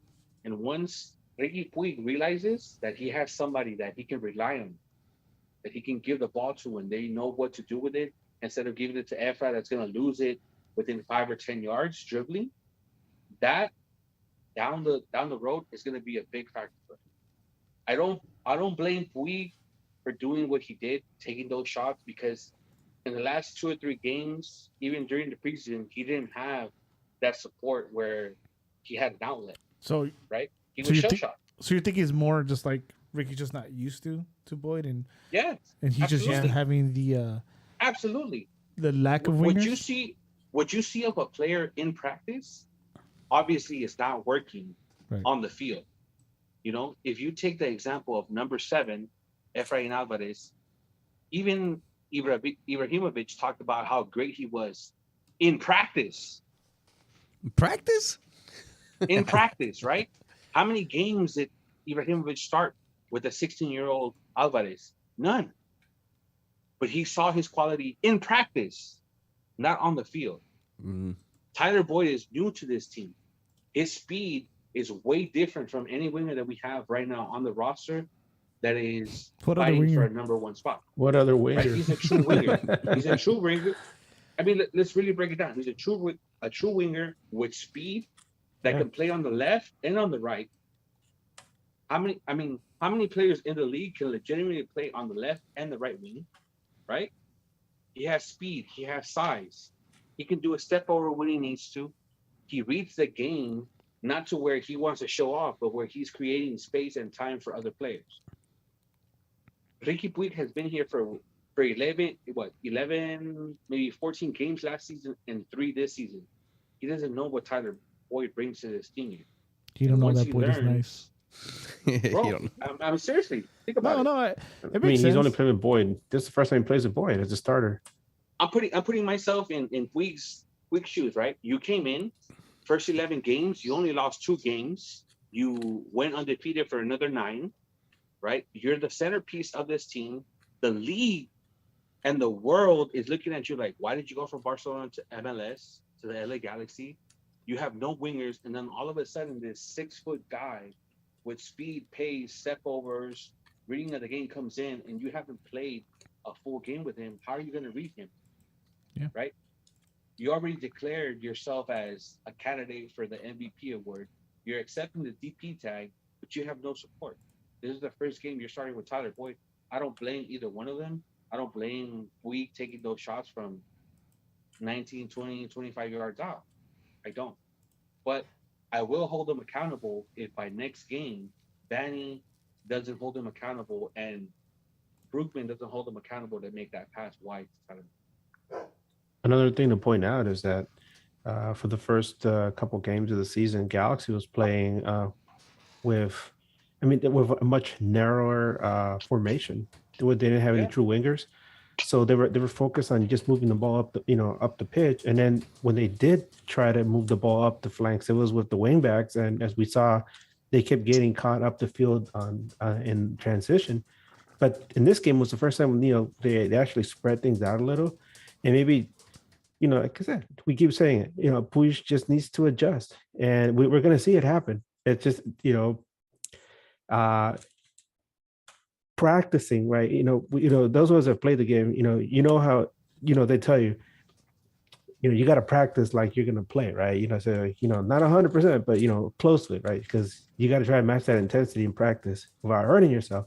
Right. But there's no way you can compare going out and practicing with your teammates and then being in an actual game against, a team that, is trying to beat you.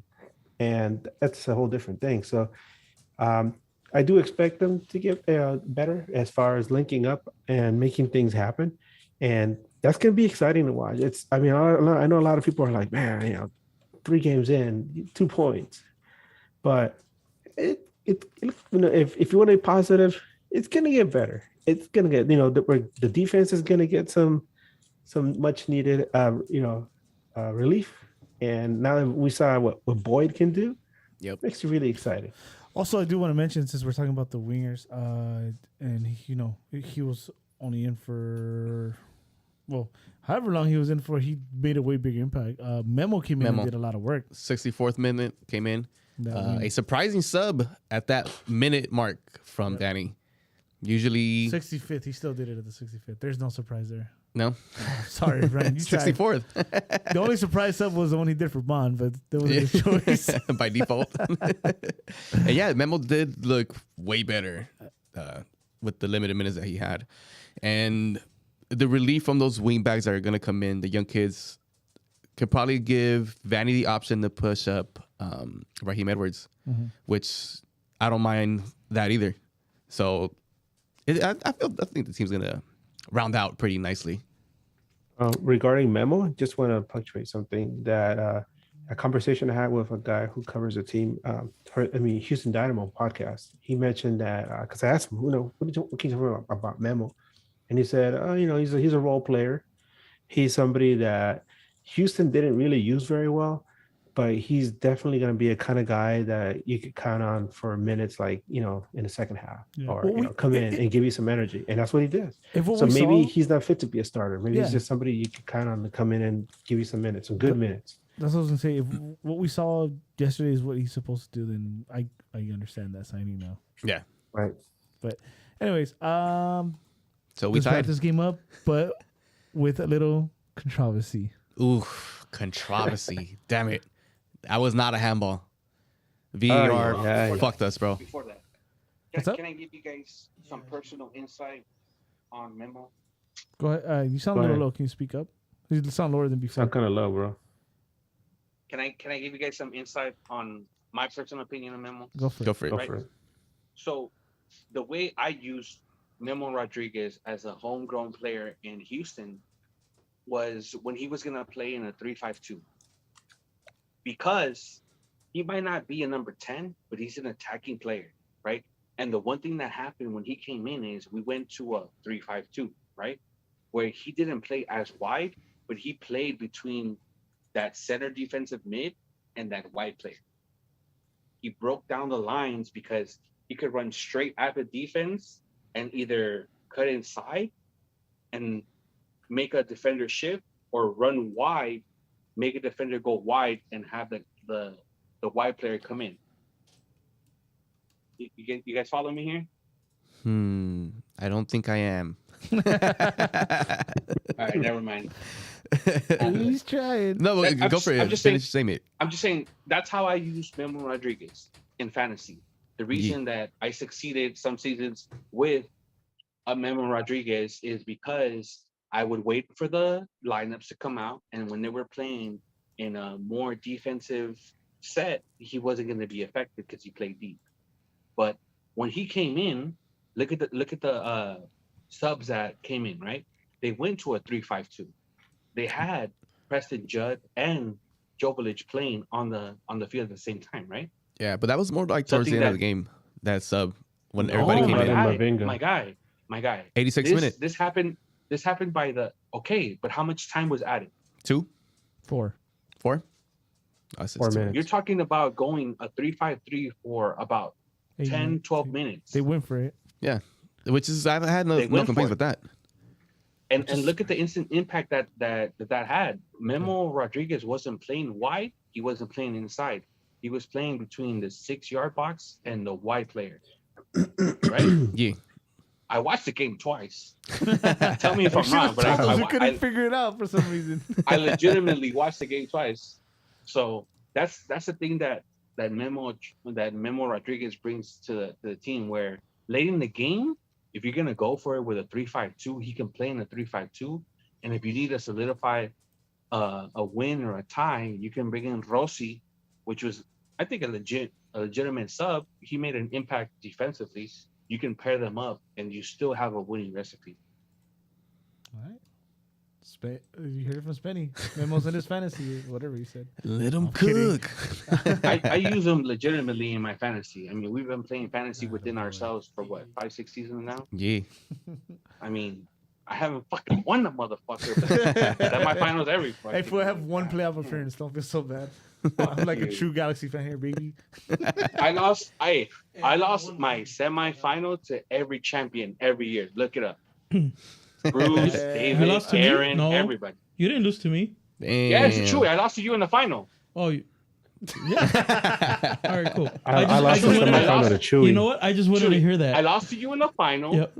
It's okay. You got help that fucking game. By who? I lost you in the final. By who? Get out of here, bro. Sore loser. Bro, you went from averaging like 60 points to like 100 on the final. Get out of here. Let's get Sore to the, dude. It was all me. Whose fault is that? Hey, Chewy, it's all right. let's No get hard to the feelings. controversy. No hard feelings. No hard Controversy time. It was a goal. VAR fucked the Galaxy. Yeah, they did. He didn't go look at it himself, which is upsetting. You get it's a little more harsh because it gets called on the field. Mm-hmm. Turnover has to be clear and obvious. I thought it was clear and obvious. I think no matter how you look at it, he like makes even the effort to like get his whole arm out of the way. I don't know. So the call wasn't for that. The call was before when the ball was coming down. So it hits him nowhere near his arm. No. So the call was for when the ball comes down, not when the ball hits him. When the ball comes down, It doesn't hit his hand at all, though. that's In that whole the play. thing. That's the thing. On the video, it shows that when the ball's coming down, then the angle turns, and that's when it hits the leg of the defender, and then it goes towards his body. Everywhere I've seen, everyone I heard, nobody sees the handball except that one broadcaster that we. Oh, yeah. We were just disagreeing with the whole game. Shut the fuck up. Shut up. Yeah, nah, that was not a handball. So that's the only Horrible thing I commentary. was. Wherever they I called it, found- for Yep. there was no handball. Controversy. Was not happy. I'm waiting for instant replay. And I'm looking at the replay right now. Dude, no way that was the a show- handball. The show instant replay. Oh, yeah. We Dude. still do it. Yeah, I think they bring refs now. Fuck all those fucking LAFC pundits and shit. They're just gonna be. They bring refs. That was into definitely the- a into handball. the thing. It hit his whole hand. I don't know. Anybody else see it different? Anybody have a handball here? No, looks like it hit his shoulder. Yeah. I don't think exactly it what hit it his looked like. shoulder. I It think does he hit his him, shoulder. As a Galaxy fan, it wasn't a handball. As a Vancouver fan, if I was one ever in my life, it was a handball. If any lifetime. Anyway. If fucking any reality, I'm a Vancouver fan, it was a handball. So you think it was a handball? No. Is that what you're saying? No, not at all. Clearly not. But, All right. well, maybe that's just us being biased too because we're Galaxy fans. No, I can accept. Well, the offside, I accepted could- that Yeah, because it of was a course. clear offside. Yeah, No, it wasn't a handball though. it wasn't a handball. For me, Yeah, it wasn't. for me, my bias comes from Danny's post-game interview where he made me go back and look, and he's right. The referee is 25 yards behind the play, directly behind Joveljic, and he 100% trusts his lineman to make that call, which I don't know. I don't know if you should. I've never been a referee to make that call. I don't like it as a Galaxy fan. I don't like it as a soccer fan, But as a football fan, but that's the call that we got. But so if that's the case, Benny, go look at it yourself, right? But regardless, man, regardless of what I think or what my opinion is, it wasn't called. We still got 1 point instead of 3. Wait, he didn't go look at it. He didn't go look at it. No, he didn't even What the go fuck? look at it. No, he didn't. Wait, go. he went to go look at the offsides, but he didn't go look at this. Yeah, he didn't go look at that one. Oh shit! Which is I didn't see that part. That he Yeah, didn't look at and it. you should, right? I That's think- like a rule when it's a decisive think it's call. a No, rule. they tell you upstairs if you should look at it, but I think you could still, as a For- ref, be like, no, I should yeah, look at it. for a Especially call to- like this, Especially with, one, Yeah. it could be a game decider. Two, what Vanny said, he was 25 yards away. Maybe you should be like, you know what? I'm this far. My lineman didn't have a good look. Maybe I should go look at it. yeah, because it was called a goal on the field, right? No, it was called a No. handball on the field. On the I field, have it a was called case. handball. I have a legitimate case for the referee, but I'm not gonna make it. Like, And don't help him, Benny. I can't. As a fan, I can't. Don't do it. It's crest over everything, bro. And I can't. Fuck that Like, ref. Fuck that that shouldn't ref. have been called. It shouldn't have been called on the field with VAR available. The rule is, like clear and obvious. So you need to, in my opinion, you need to clear and obviously dismiss the goal rather than clear and obviously prove that it was. The referee decided to make a decision on the field where he decided to not make it clear and obvious that it wasn't a handball, and that affected us. And I hope that doesn't happen again to us this season. But as a fan, whether it's as a football fan or as a Galaxy fan, I'd be mad at that call. Well, Man, it's gonna man, happen to us again. Don't trip. It's moments like that. Yeah, I'm sure it is. It's moments like that I'm glad I can't drink right now because You would have I been wouldn't have woke up for a game tomorrow. Just put it that way. I mean, yesterday, today. Well, I'm all over the place. Damn, you sure you didn't drink? Yeah, seriously. Here's one thing I wanted to mention. I said, fuck my medicine. Go ahead, Edgar. Fuck my medicine. Yeah, the one thing that I thought was kind of interesting because, yeah, I 100% feel like it wasn't a handball. But the one thing that I found interesting was the fact that Dejan didn't really argue much. He just he kind of, did. Yeah, he He did. did. Yeah, I saw him. He did. I mean, saw him livid. he was upset, but then he usually sees guys, argue with the ref for like at length, but then after a while, he just kind of just I think he was brought just. it back to midfield. He was probably just having. He was having a day, bro. He was probably just like. If look, I'll give you guys one example. I referred to it in the past. Look what he did when he did that chilena in the middle of the field to give Efraín Álvarez, your number 7, a chance at goal, right? Yeah. But they were up. He had no reason to make that play. Dejan Jovic is ready for the next play. And, I'm a flex. I play chess against the guy. Like he understands the concept of giving up a piece for the next play. He made his argument with the sideline referee. He made his argument with the referee. And let's move on. Once the referee said, I'm not going to review it, it's over. The good thing about Dejan Jovic is, all right, next play. Yeah. True Right? professional. You're not going to take him. Yeah, exactly. You're not going to take him off his game. You tell him it's not a goal, cool, next play. You tell him it is a goal, cool, next play. Yeah. Right? You saw it with the goal. You saw it with the goal that he scored, right? Yep. We went to go celebrate with the winger, and Dejan Jovic Yeah, he's like, didn't give fuck, a it's fuck. yours. Right? It's yours, cool. I scored, cool. I'm going to get the stats, cool, next play. Right? Let's go. Well, next subject. Awards. Couple things. No, just a couple things. I'll point them out real quick. Okay. Happen. One, you gotta give credit when it's due. Raheem Edwards made a smart play. That yellow, Yes. Mm-hmm. Finally. his Bobby Boucher right there, bro. Tackling fuel. Tackling a few. Yeah, that guy was gone. Yep. He was gonna be on a one-on-one. He was a pacey guy too. I'm not familiar with Vancouver players too much, but when he took off, he's like, oh, he had a step on him. He was gone. And yeah, this dude said nope. And dude, it was WWE night or whatever it was. So Yep. that fool fucking did what move was that? Like a gore. It was a zigzag. Like a The zigzag. zigzag. That's a good one, right? Got him. Yeah, and yeah, great play, great yellow, professional foul. That's what you do in those situations. Yep. And then one more thing to point out: 4 minutes of stoppage time. 94th minute.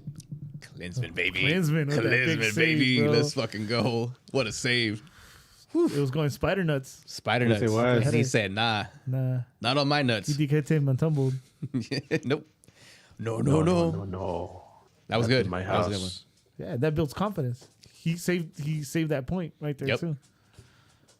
Fucking Awards. refs. Awards time. Yes. Your favorite part. Nag awards. Nag awards. Well, Any Spenny. One's BJs? going to be unanimous. Spenny's not always here, so which one you want to pick, Spenny? Either we start the good or the bad.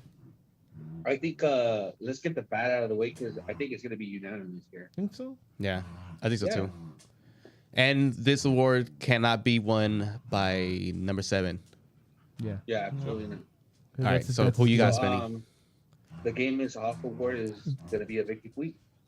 Oh, okay. Unanimous. It's funny 'cause I haven't even picked mine, but you might be unanimous. Yeah, it is unanimous. I think he had a bad game too. I think it's unanimous.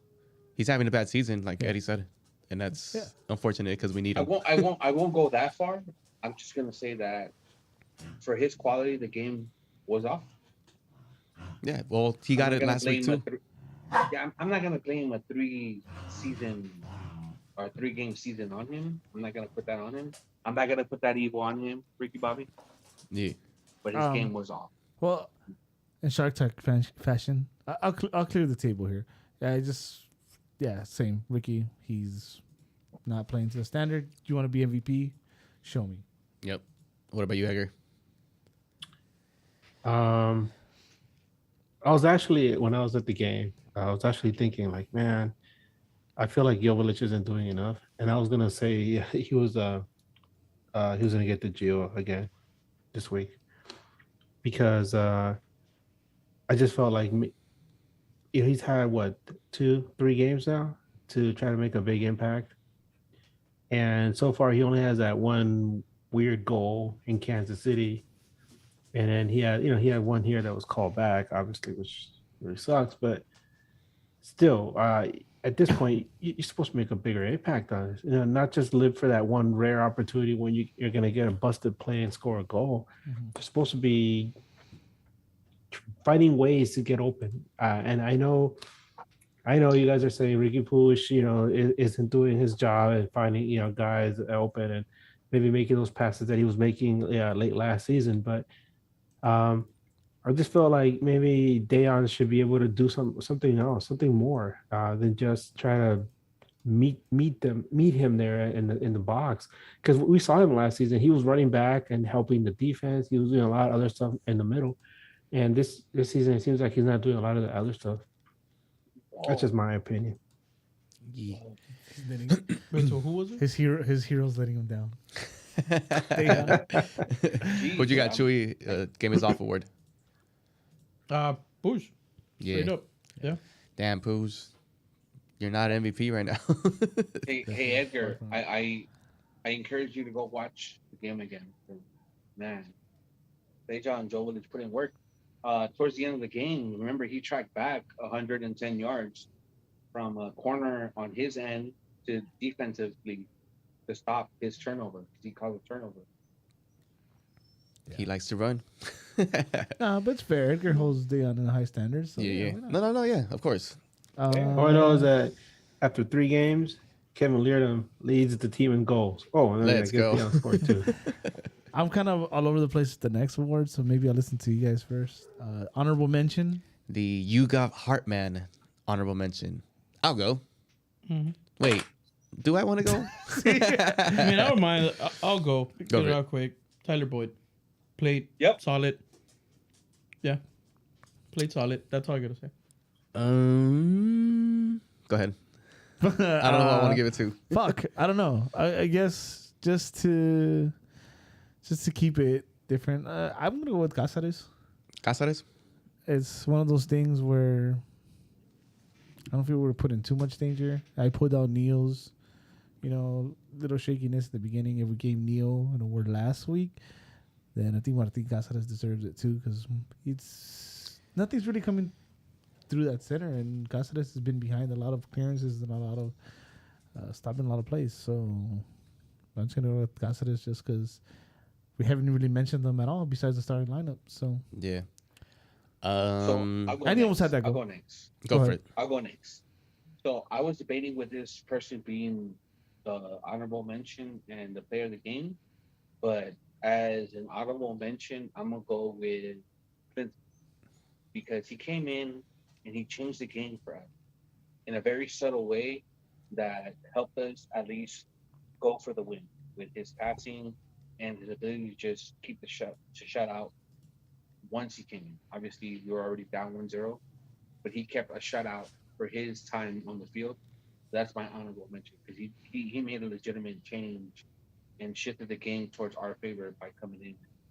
And what a stop distributing the at ball with his yeah, and that stop in the final minutes. By the way, it's not highlighted, and I didn't get to that part of the game. But he also made a one-on stop, but it was offside. Mm-hmm. But he was still cut on a one-on-one that he stopped. I don't know if you guys remember that. I do not. Yeah. Yeah. Well, dude, he's a It's good. Why- not, it's not in the highlights because it was offside. Mm-hmm. No. You're talking about the white when he put it wide He got caught on a one-on-one from the left with and the the guy left put it winger. wide. No, he He saved put it. it wide. Okay. Klinsmann got a save. I don't recall that. No, I'm he was gonna say the guy way took a bad outside the angle. box at that point, and the Yeah. guy shot it wide. Yeah, Whatever. he was way wide. I remember it different. Anyways, medication, We were very I'll lucky that they copy- didn't score on him. I'll copy paste Spenny's because I was debating with Klinsman and this other player. Interesting. So Klinsman, came in and did his job. Who'd you got, Edgar? Who's got hurt, man? Oh, I was gonna. I mean, I already had my mindset on Klinsmann before Spetty spoke, and I was ready to say a bunch of different stuff. But the one thing that sold it for me was the fact that he came in and didn't miss a beat. I think we mentioned that earlier, right? So he was able to seamlessly fit into the team. A lot of times, goalkeepers will come in and it takes them a while to adjust to the game, to the atmosphere, and you can tell because they got some jitters. And not him. He came in, he made the game his own. He made the position, his. It's almost like he's been waiting for this to happen, right? Here's my chance, boys. Hey, watch me fly. So good for him and good for us, obviously. Yeah. I know that recently the Colorado Rapids, they've been having issues with their goalkeepers because they got two good goalkeepers. And I mentioned to one of those guys, I was like, hey, there's nothing wrong with having two great goalkeepers because, there's nothing better than having a nice little goalkeeper controversy. Hell yeah. Controversy. A healthy competition. Yeah. Even though I think Clinton's been overbought. I don't know where I'm at here. So next standing player. Yeah, I go. That boy nice. Yeah, that boy nice. That boy nice. Next standing player of the match. Yeah. I think so. Yep. Yeah. Fuck it. That boy nice, bro. I'm in. Yeah? Yeah. Chewy? Honestly, could. Go ahead, Chewy. Mine's Klinsmann. Oh, yeah, he picked boy as it's a honorable. either or. So mine's Klinsmann. He played solid. He jumped in to a game where we already, losing by 1. He kept the goose egg for himself, right? He saved us from losing the points because there was a couple of plays, but one towards the end that was actually could have gone in. Spider nuts. So yeah, Spenny. No. Oh, go. For He's gonna say number it's, 7. For me, it's a little random, but one thing that I like to watch is how players interact and how players conduct themselves off the ball. And I thought about this during the first time I watched the game live, but it kind of reinforced my train of thought during the second time I watched the game. And for me, it's Cáceres. Because if you go back and watch the game, he's controlling like 5 or 6 people. He's helping them be in position. He's making the right plays on counters. He's just finding himself in the right position and communicating to other players where they need to be.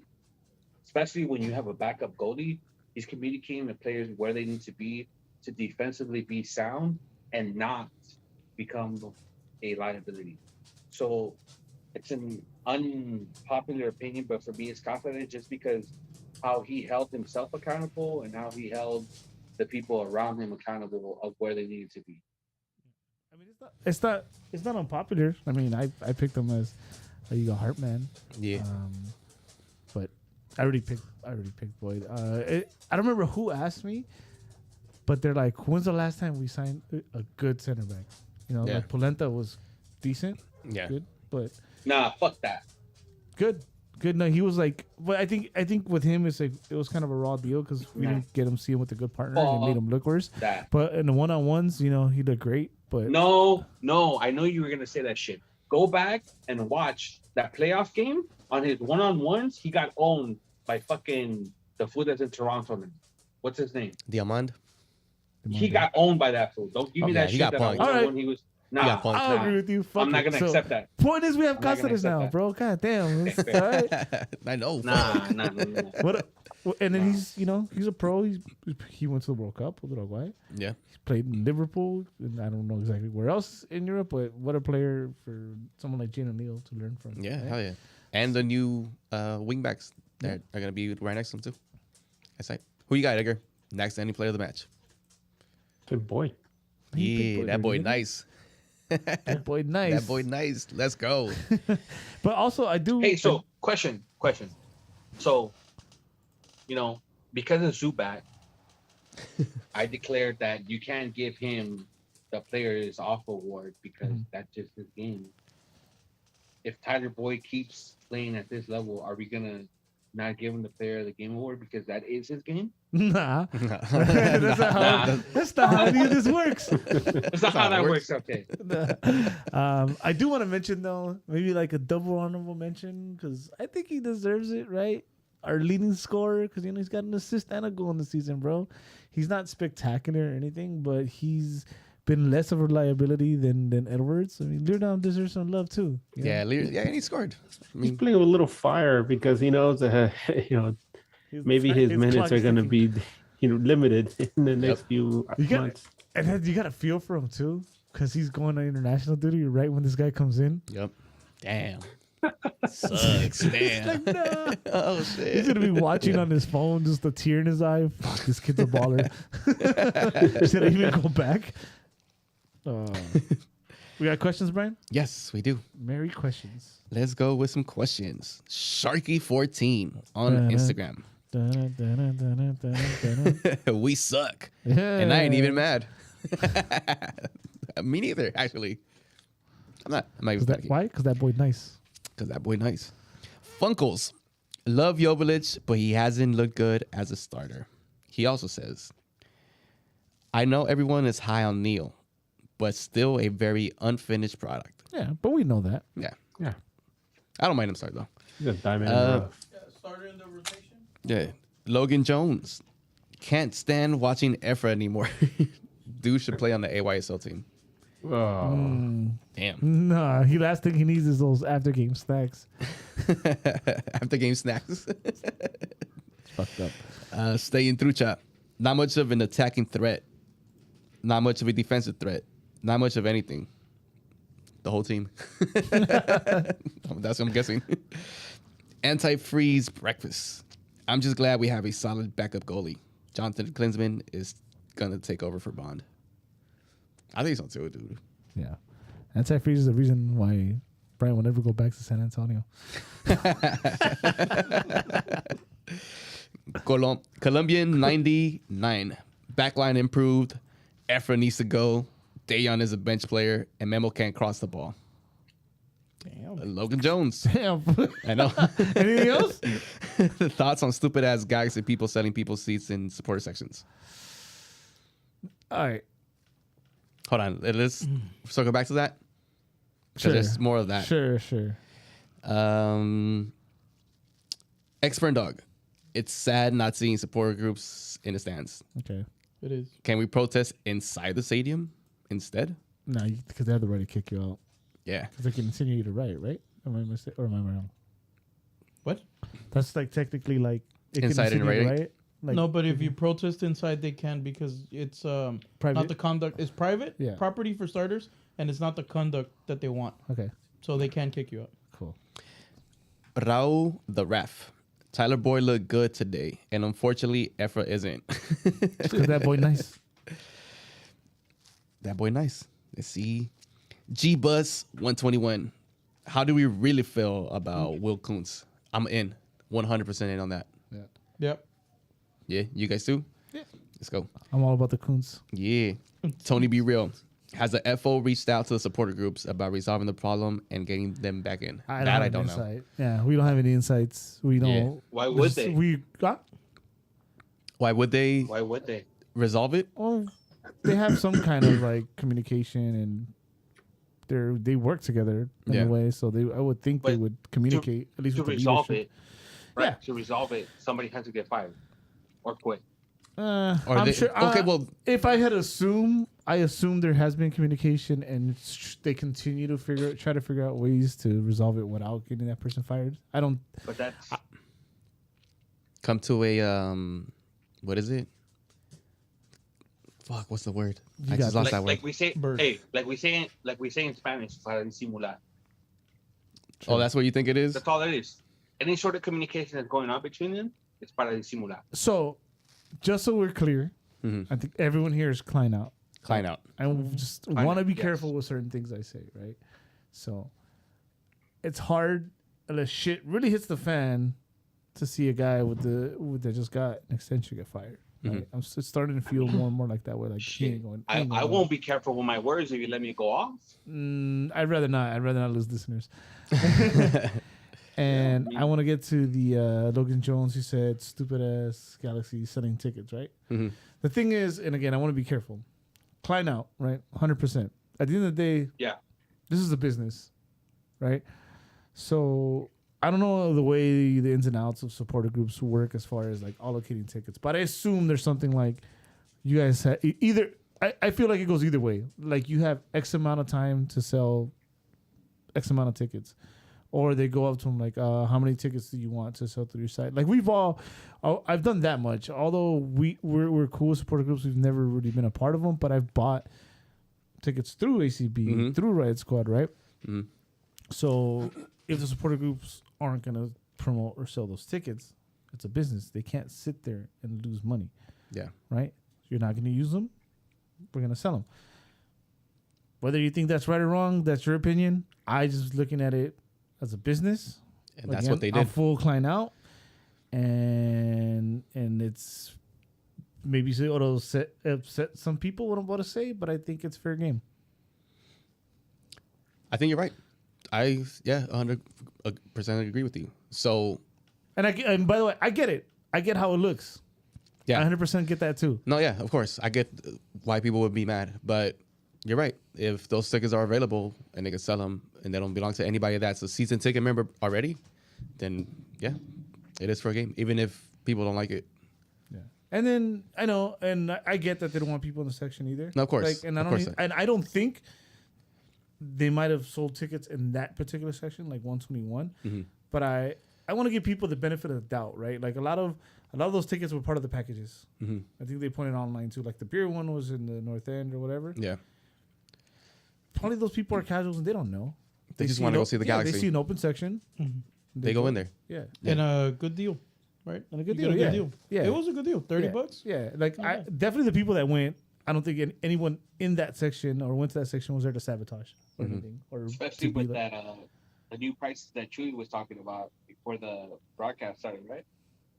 Oh, the beer prices? Oh yeah, yeah. he said I didn't even $18.50 for know a that. beer. That's what I'm saying. $30 Shit. and you get a beer? That's Damn, not bro. bad. I Bro, might just give those up drinking tickets- altogether. That ticket price hasn't been that low since before Donovan announced his retirement, bro. Damn. Right? Yeah. You're legitimately getting a beer and a ticket for $30. Like, how And can you beer not is be worth happy like about that as a $20 fan? in the stadium now.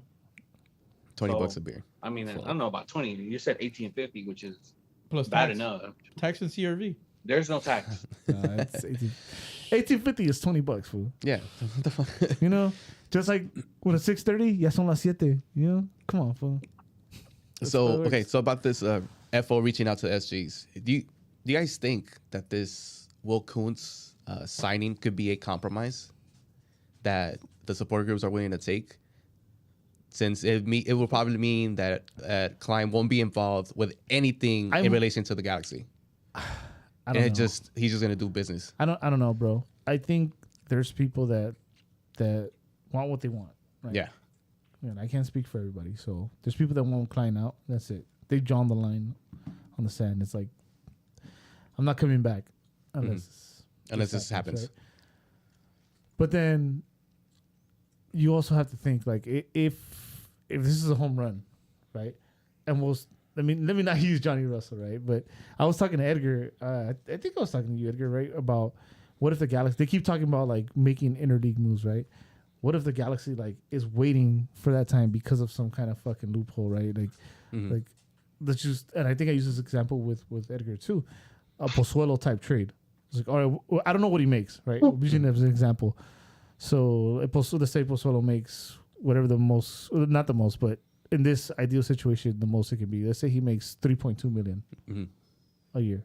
We get him halfway, he's owed like 1.6. Like, what if they're gonna make a big move like that, right? It's like, oh, we only own 1.6 for the rest of the season, so we can TAM him this season, or some shit like that, right? Like, if they start making moves like that, and then they bring other like dead pieces, you know, it's like, say we're unfortunately, let's say Chicha doesn't come back, and Dejan needs a backup, right? And you start moving pieces and get like a Will Bruin as a backup, or you make moves, you know, decent moves. You kind of, as a fan, you kind of got to be like, okay, some of these moves are legit. right? It's different. It's definitely not what we've been doing. Yeah. That's a change. So we will have to see how Will Kuntz is going to work then. We'll probably circle back to it. And yeah. I mean, I'm still Klein out until I see something drastic. Yeah. Right? If all of a sudden we have like this dope ass product on the field and some similar type of trades or something like that happens and we have this stacked ass team somehow by the end of the season and maybe not title contenders, but you're like, okay, next year. There is a future, you know? Mm-hmm.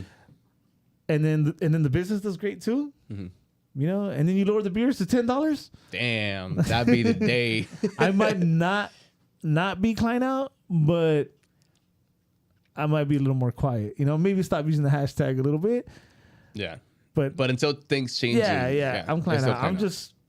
I don't know. I'm just fucking word vomit, but I don't know. Word vomit. Love it. JPA for life. Were you not gonna let any of them talk? I just took. Oh shit, my bad. Yeah, you guys got anything? There's three other people here. Chewy, Edgar, Spenny. What was the original question? See, have the FO reached out to the supporter groups about resolving the problem? No, you asked the question. Oh, what was my question? Do you think the Will Kuntz being in the front office could be a compromise that the supporter groups would take? Seeing how Klein won't be involved in making, well, quote unquote, involved in making any soccer decisions. And before Spenny goes, I think you'll be able to tell. What kind of, yeah. Yeah. What you think, Spenny? I'll be look, out of respect for you guys, I won't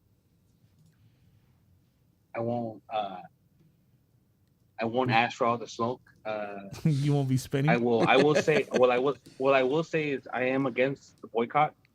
I think accountability goes both ways, and the way the boycott has been going, there's no way that either side can back down.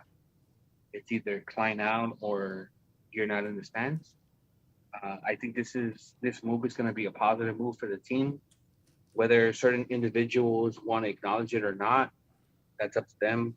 But for me, it's crest over everything else. Regardless of who's on the team, who's in charge, I'm gonna root for this team to do well. You know, I paid for an 18 and 8 season where we saw the team win 5-6 games at home. I sat through that. I didn't miss one home game. I sat through that. So there's nothing worse than an 8 and 18 that can happen to me for me to stop watching the game. Over the last couple of years, I had 4 season tickets, 2 of which I canceled because I wasn't happy with the results. But I'm never gonna not go to these games, regardless of who's in charge or who's on the field. So this change, I think, is a positive one for us. Whether other people want to acknowledge it or not, that's up to them. But I'm gonna continue to support the team the way I've been doing for the last however many years you want to give me credit for. I really don't care. I've been watching the team since, whether you want to acknowledge it or not, since my cousins have been watching the team, since my parents have been following the team. So I'm going to continue to do that. A few years ago, I was very much a Barcelona fan first, and then a Galaxy fan second.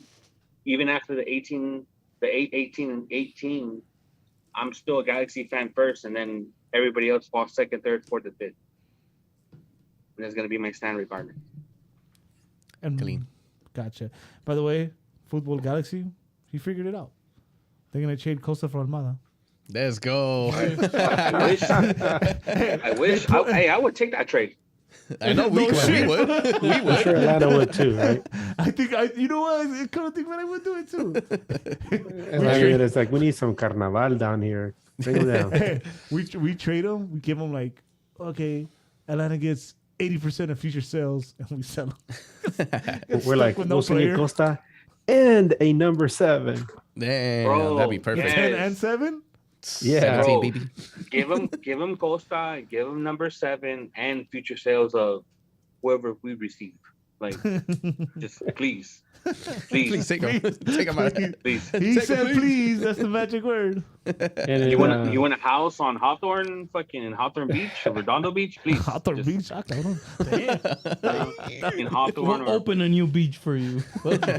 Exactly. Almada hey, Beach, bro. you know how You know how the Mercedes-Benz Stadium has that Chick-fil-A that's open, for game day on Saturdays.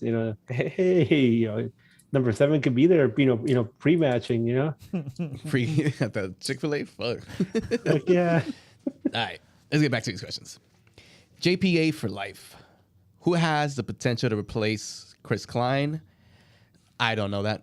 Yeah. I think he's staying. I'm not well aware with that Yeah. world, or we're well educated in that world. I don't know. Yeah. I mean, if the only name I know, Light Wiki? Bring it back. it's never been the same as Tim Light Wiki, right? Nah. Everything he touches turns into gold.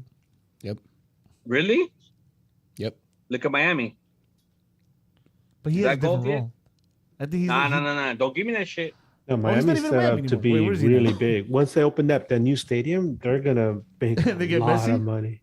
Yeah, and if they work that Messi trade, the transfer, Miami's gonna be one of the biggest commodities in this league. Then I get to come They're back. they're like on the brink of Nah, doing come something a on, lot guys. bigger. He's And been there for then 3 I can years. come back like no spinning. Guys, No canoe.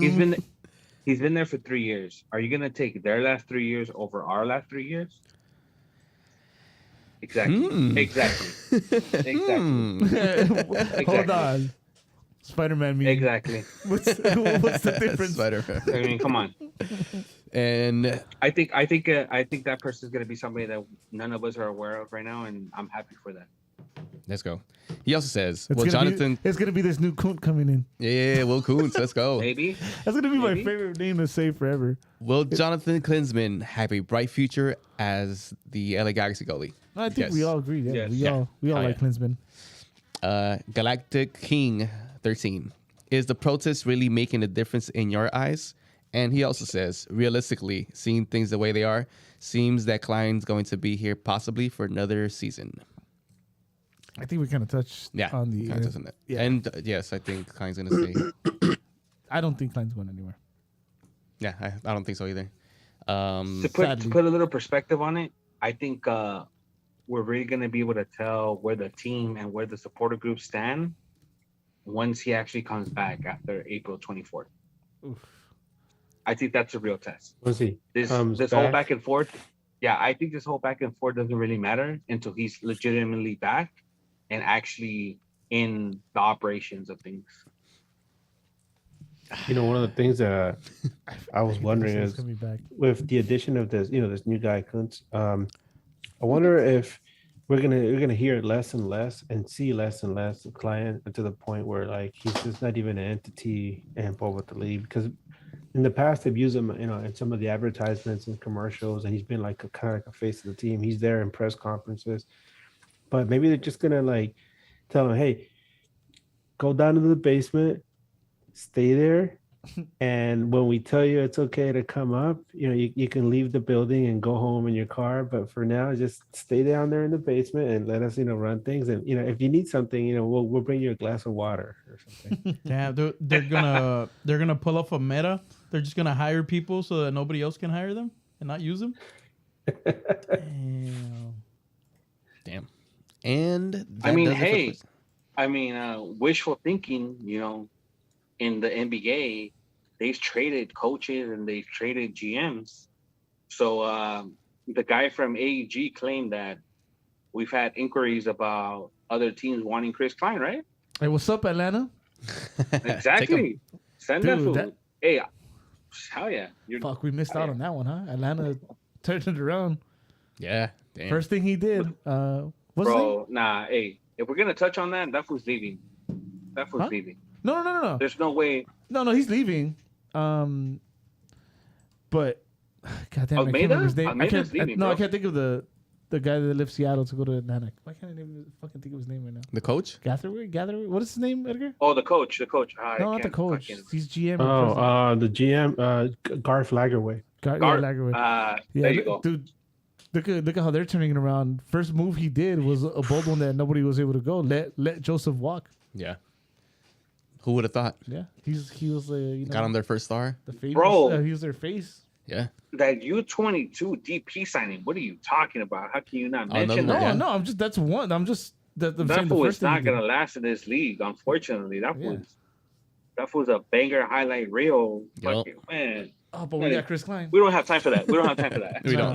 No, And that does it We for the don't have time for questions. All right, that does it for the questions. And- so now we have time for that. Nah, we'll touch on it another day. All right. So next up for the LA Galaxy Portland. in Portland, In Portland. A And I'll be port- there. and Brian will be there. Shit. In Hey. port form, Yeah. who actually Guys, who just yeah. took an ass whooping from the Atlanta we're talking about. Yep. Oh, Portland yeah, just they lost did. 5-1. 5-1. Beautiful You know, ass whooping. I was thinking about Portland today, and I just want to get this off my chest real quick because in the past we've seen Portland. It was those Cascadia teams as they're perennial contenders, but it seems like this edition of Portland again this year, they're not that good. They got whooped by St. Louis, and then of course like you mentioned they got destroyed by Atlanta. And if Galaxy is gonna get a win, it's got to be against the Timbers. Right now they're hurt, man. In turf, though? But here's the thing. On turf, yeah. But here's the And thing. that's when you least Hold expect on, it. Hold on. It's a bad Portland, but it's also a depleted Galaxy going in. Yep. They're done. You're gonna have to fill it in with the possibly the new kid. No, they young. Lucas So Caligari. you're gonna have to Preston Judd. probably start Preston Judd. Klinsman. Oh, Chicha. Clint is the least of my Chicha concerns. might be back Chicha though, might and be- in I don't limited play him, minutes. though. Not starter, but I ready to go. don't play him at all. Especially on That's turf. not the best turf. Yeah. True. I don't play him. Oof. I mean, Dan's gone, so it's what, Preston Judd? 90 minutes? Preston Judd. And I'm picking who them up else? for fantasy watch. And who else? Oh yeah, I think that's it for the Galaxy. Them two gone, but those are two. No, I'm saying like you put Preston up there, Yeah. but then who's his backup? You're gonna have to just move someone into that position. Yep. Like So you Tyler wouldn't Boyd. even start Boyd to have him as a backup up there at that point. Nah, I'm you saying, would need to like, start him. You're kind Just of move him over. Damn. Move over and put Efra in the wing. Damn. And He's gonna Efra's start again. Efra's gonna be the backup, bro. Damn. this is Portland. a tricky one, boys. This is This we're is taking that W because I'm gonna be there. yeah. Hell yeah. Preston Judd's gonna score 2 goals. Nah, So Hattie. that's Let's your go. prediction. Hattie. You can go already. Yeah. Yeah. Speaking of Timbers, by the way, those guys have been protesting Merritt Paulson for years. And, I mean, for years. They still have signs in the Timbers Army section where they're like still talking crap about him. And you think Klein is bad? Ah, fuck. What did he do? I mean- Edgar? Oh, you guys want to protest? All right, tickets canceled. yeah, pretty much. Let's They're not. like, oh, let's not we go have there. a waiting list, folks. We Let's have, not go there. Yeah, it's different though. It's different because they have a waiting Let's list. not go there. yeah, they do man. have waiting lists. But the Let's one not thing go that, there. Nah, you know, we're not the whole going thing there. I mentioned about Klein, kind of vanishing, from the public, stage, whatever. Same thing happened with Merritt Paulson. At one point, he's like, "Yeah, I'm not gonna be involved anymore," and like, see ya, and he's kind of vanished. I think there was like a 10 home game winning streak or 10 home game streak where he didn't show his face, bro. Like, Yeah, let's not get into that because Yeah. he just Predictions. disappeared and it was like Predictions. Let's go. Shootout, baby. 3-2 win. ooh, what the wow. fuck? Where did we get that offense from? It Seriously. don't Say matter it. because Portland's bad. I think Edgar and I are on the same page here. I'm thinking like a 1-1 if Galaxy scores first. Where are those 3-2 goals win. coming I'm from? just saying wild shit right now, bro. Fuck it. For all feelings, no facts. Let's go. I think 3-2 win. it's gonna be one of those where LA Galaxy can kind of like pounce on them in the beginning, Yeah. get that early goal, and just park the bus. Damn. So We're set up to park the bus right now. We don't have so an offensive lineup. so this team we're a little more familiar with because they're like still kind of similar. Yeah. So I think it's gonna be a 0-0. Yeah. I think their middles. I'll take that. Their middles age. Yeah, it's away, and it's not an easy place to play. Yeah. You want that double already, but that's also as bad as they are for us. It hasn't always gone our way in Portland. Yeah. So I think that middle is like aging out, and I've said this for a couple years, and somehow they came back on me once. Yeah. But now they are aging out, and I think our middle in the middle, not the wingers. Well, at least not one of the wingers. Yeah. Should be able to handle this. But the problem is the final third. Yeah. Where's it going to come from? No. And Savaresa is not a bad coach. So And we don't even we don't have fucking Leerdam to score for us this week. damn, that's right. Where the fuck is it gonna come from? Damn it, our leading scorer is not gonna be there. By the way, something That else. boy, To nice. something else to mention regarding the game is that it's gonna be raining. And by the way, pack your warm weather gear because I think the high is gonna be 34. So Oof, yeah, I'm Or something like taking that. warm stuff. yeah, take some Hey warm. Brian, because- bring me back something. Oh, yes. Yes, Cuban B. Cuban B. I'll ask after. Anybody else got predictions? Chewy, you got one? I think 0-0 Brookman scores. All right, let's go. 0-0 called Brugman score. A 0-0 win, baby. A 0-0 Brookman scores and it gets called back. All right. Oh, that's okay. good. Okay, fair. Hey, fool, if that shit happens, you gotta go play the lottery. Oh shit, for real. Anyway. Anyway, All right, good, we're good. good. Yeah. Yeah. Yeah. All right, thank you everyone for watching. Everyone here that's on live with us late on this Sunday night. And should be getting ready for work. I don't know why you're watching this. No, I'm just kidding. No, we appreciate you guys. Make sure to like, subscribe, share, whatever helps get the Nag Boys out. If you're listening to it later on the streaming services, we appreciate you too. But come hang out sometime. Come talk shit. A lot of Efra bashing for Yep. that's fucked up, but that's basically what half of the show has become. Yep. If you want to find me on social media, you can find me as Eddie Nags on all over social media. Bryant. You can find me as Bryant Nags on Twitter and Instagram. That's BRYANT Nags. Edgar. You can find me on Twitter and Instagram as Edgar Nags, never to be confused with Bryant Nags. Spenny's always here. Spenny. You catch me on Twitter on Spenny Bayless, and trust me, I want all the smoke. Give him all the smoke. Oh, Spenny Bayless. Chewy. You guys can catch me pretty much all social media as Chavez JA, Chavez Ka. Pretty easy. Pretty simple. All right. Let's go. We're good. Yeah. Thank you, everyone. Again, we can get up out of here for Bryant, Chewy, Spenny, Edgar. Keep on. We're going to get up out of here. Till next time. Keep on. Yeah. Yeah. Nagging. Keep on nagging. Keep Yeah. on nagging.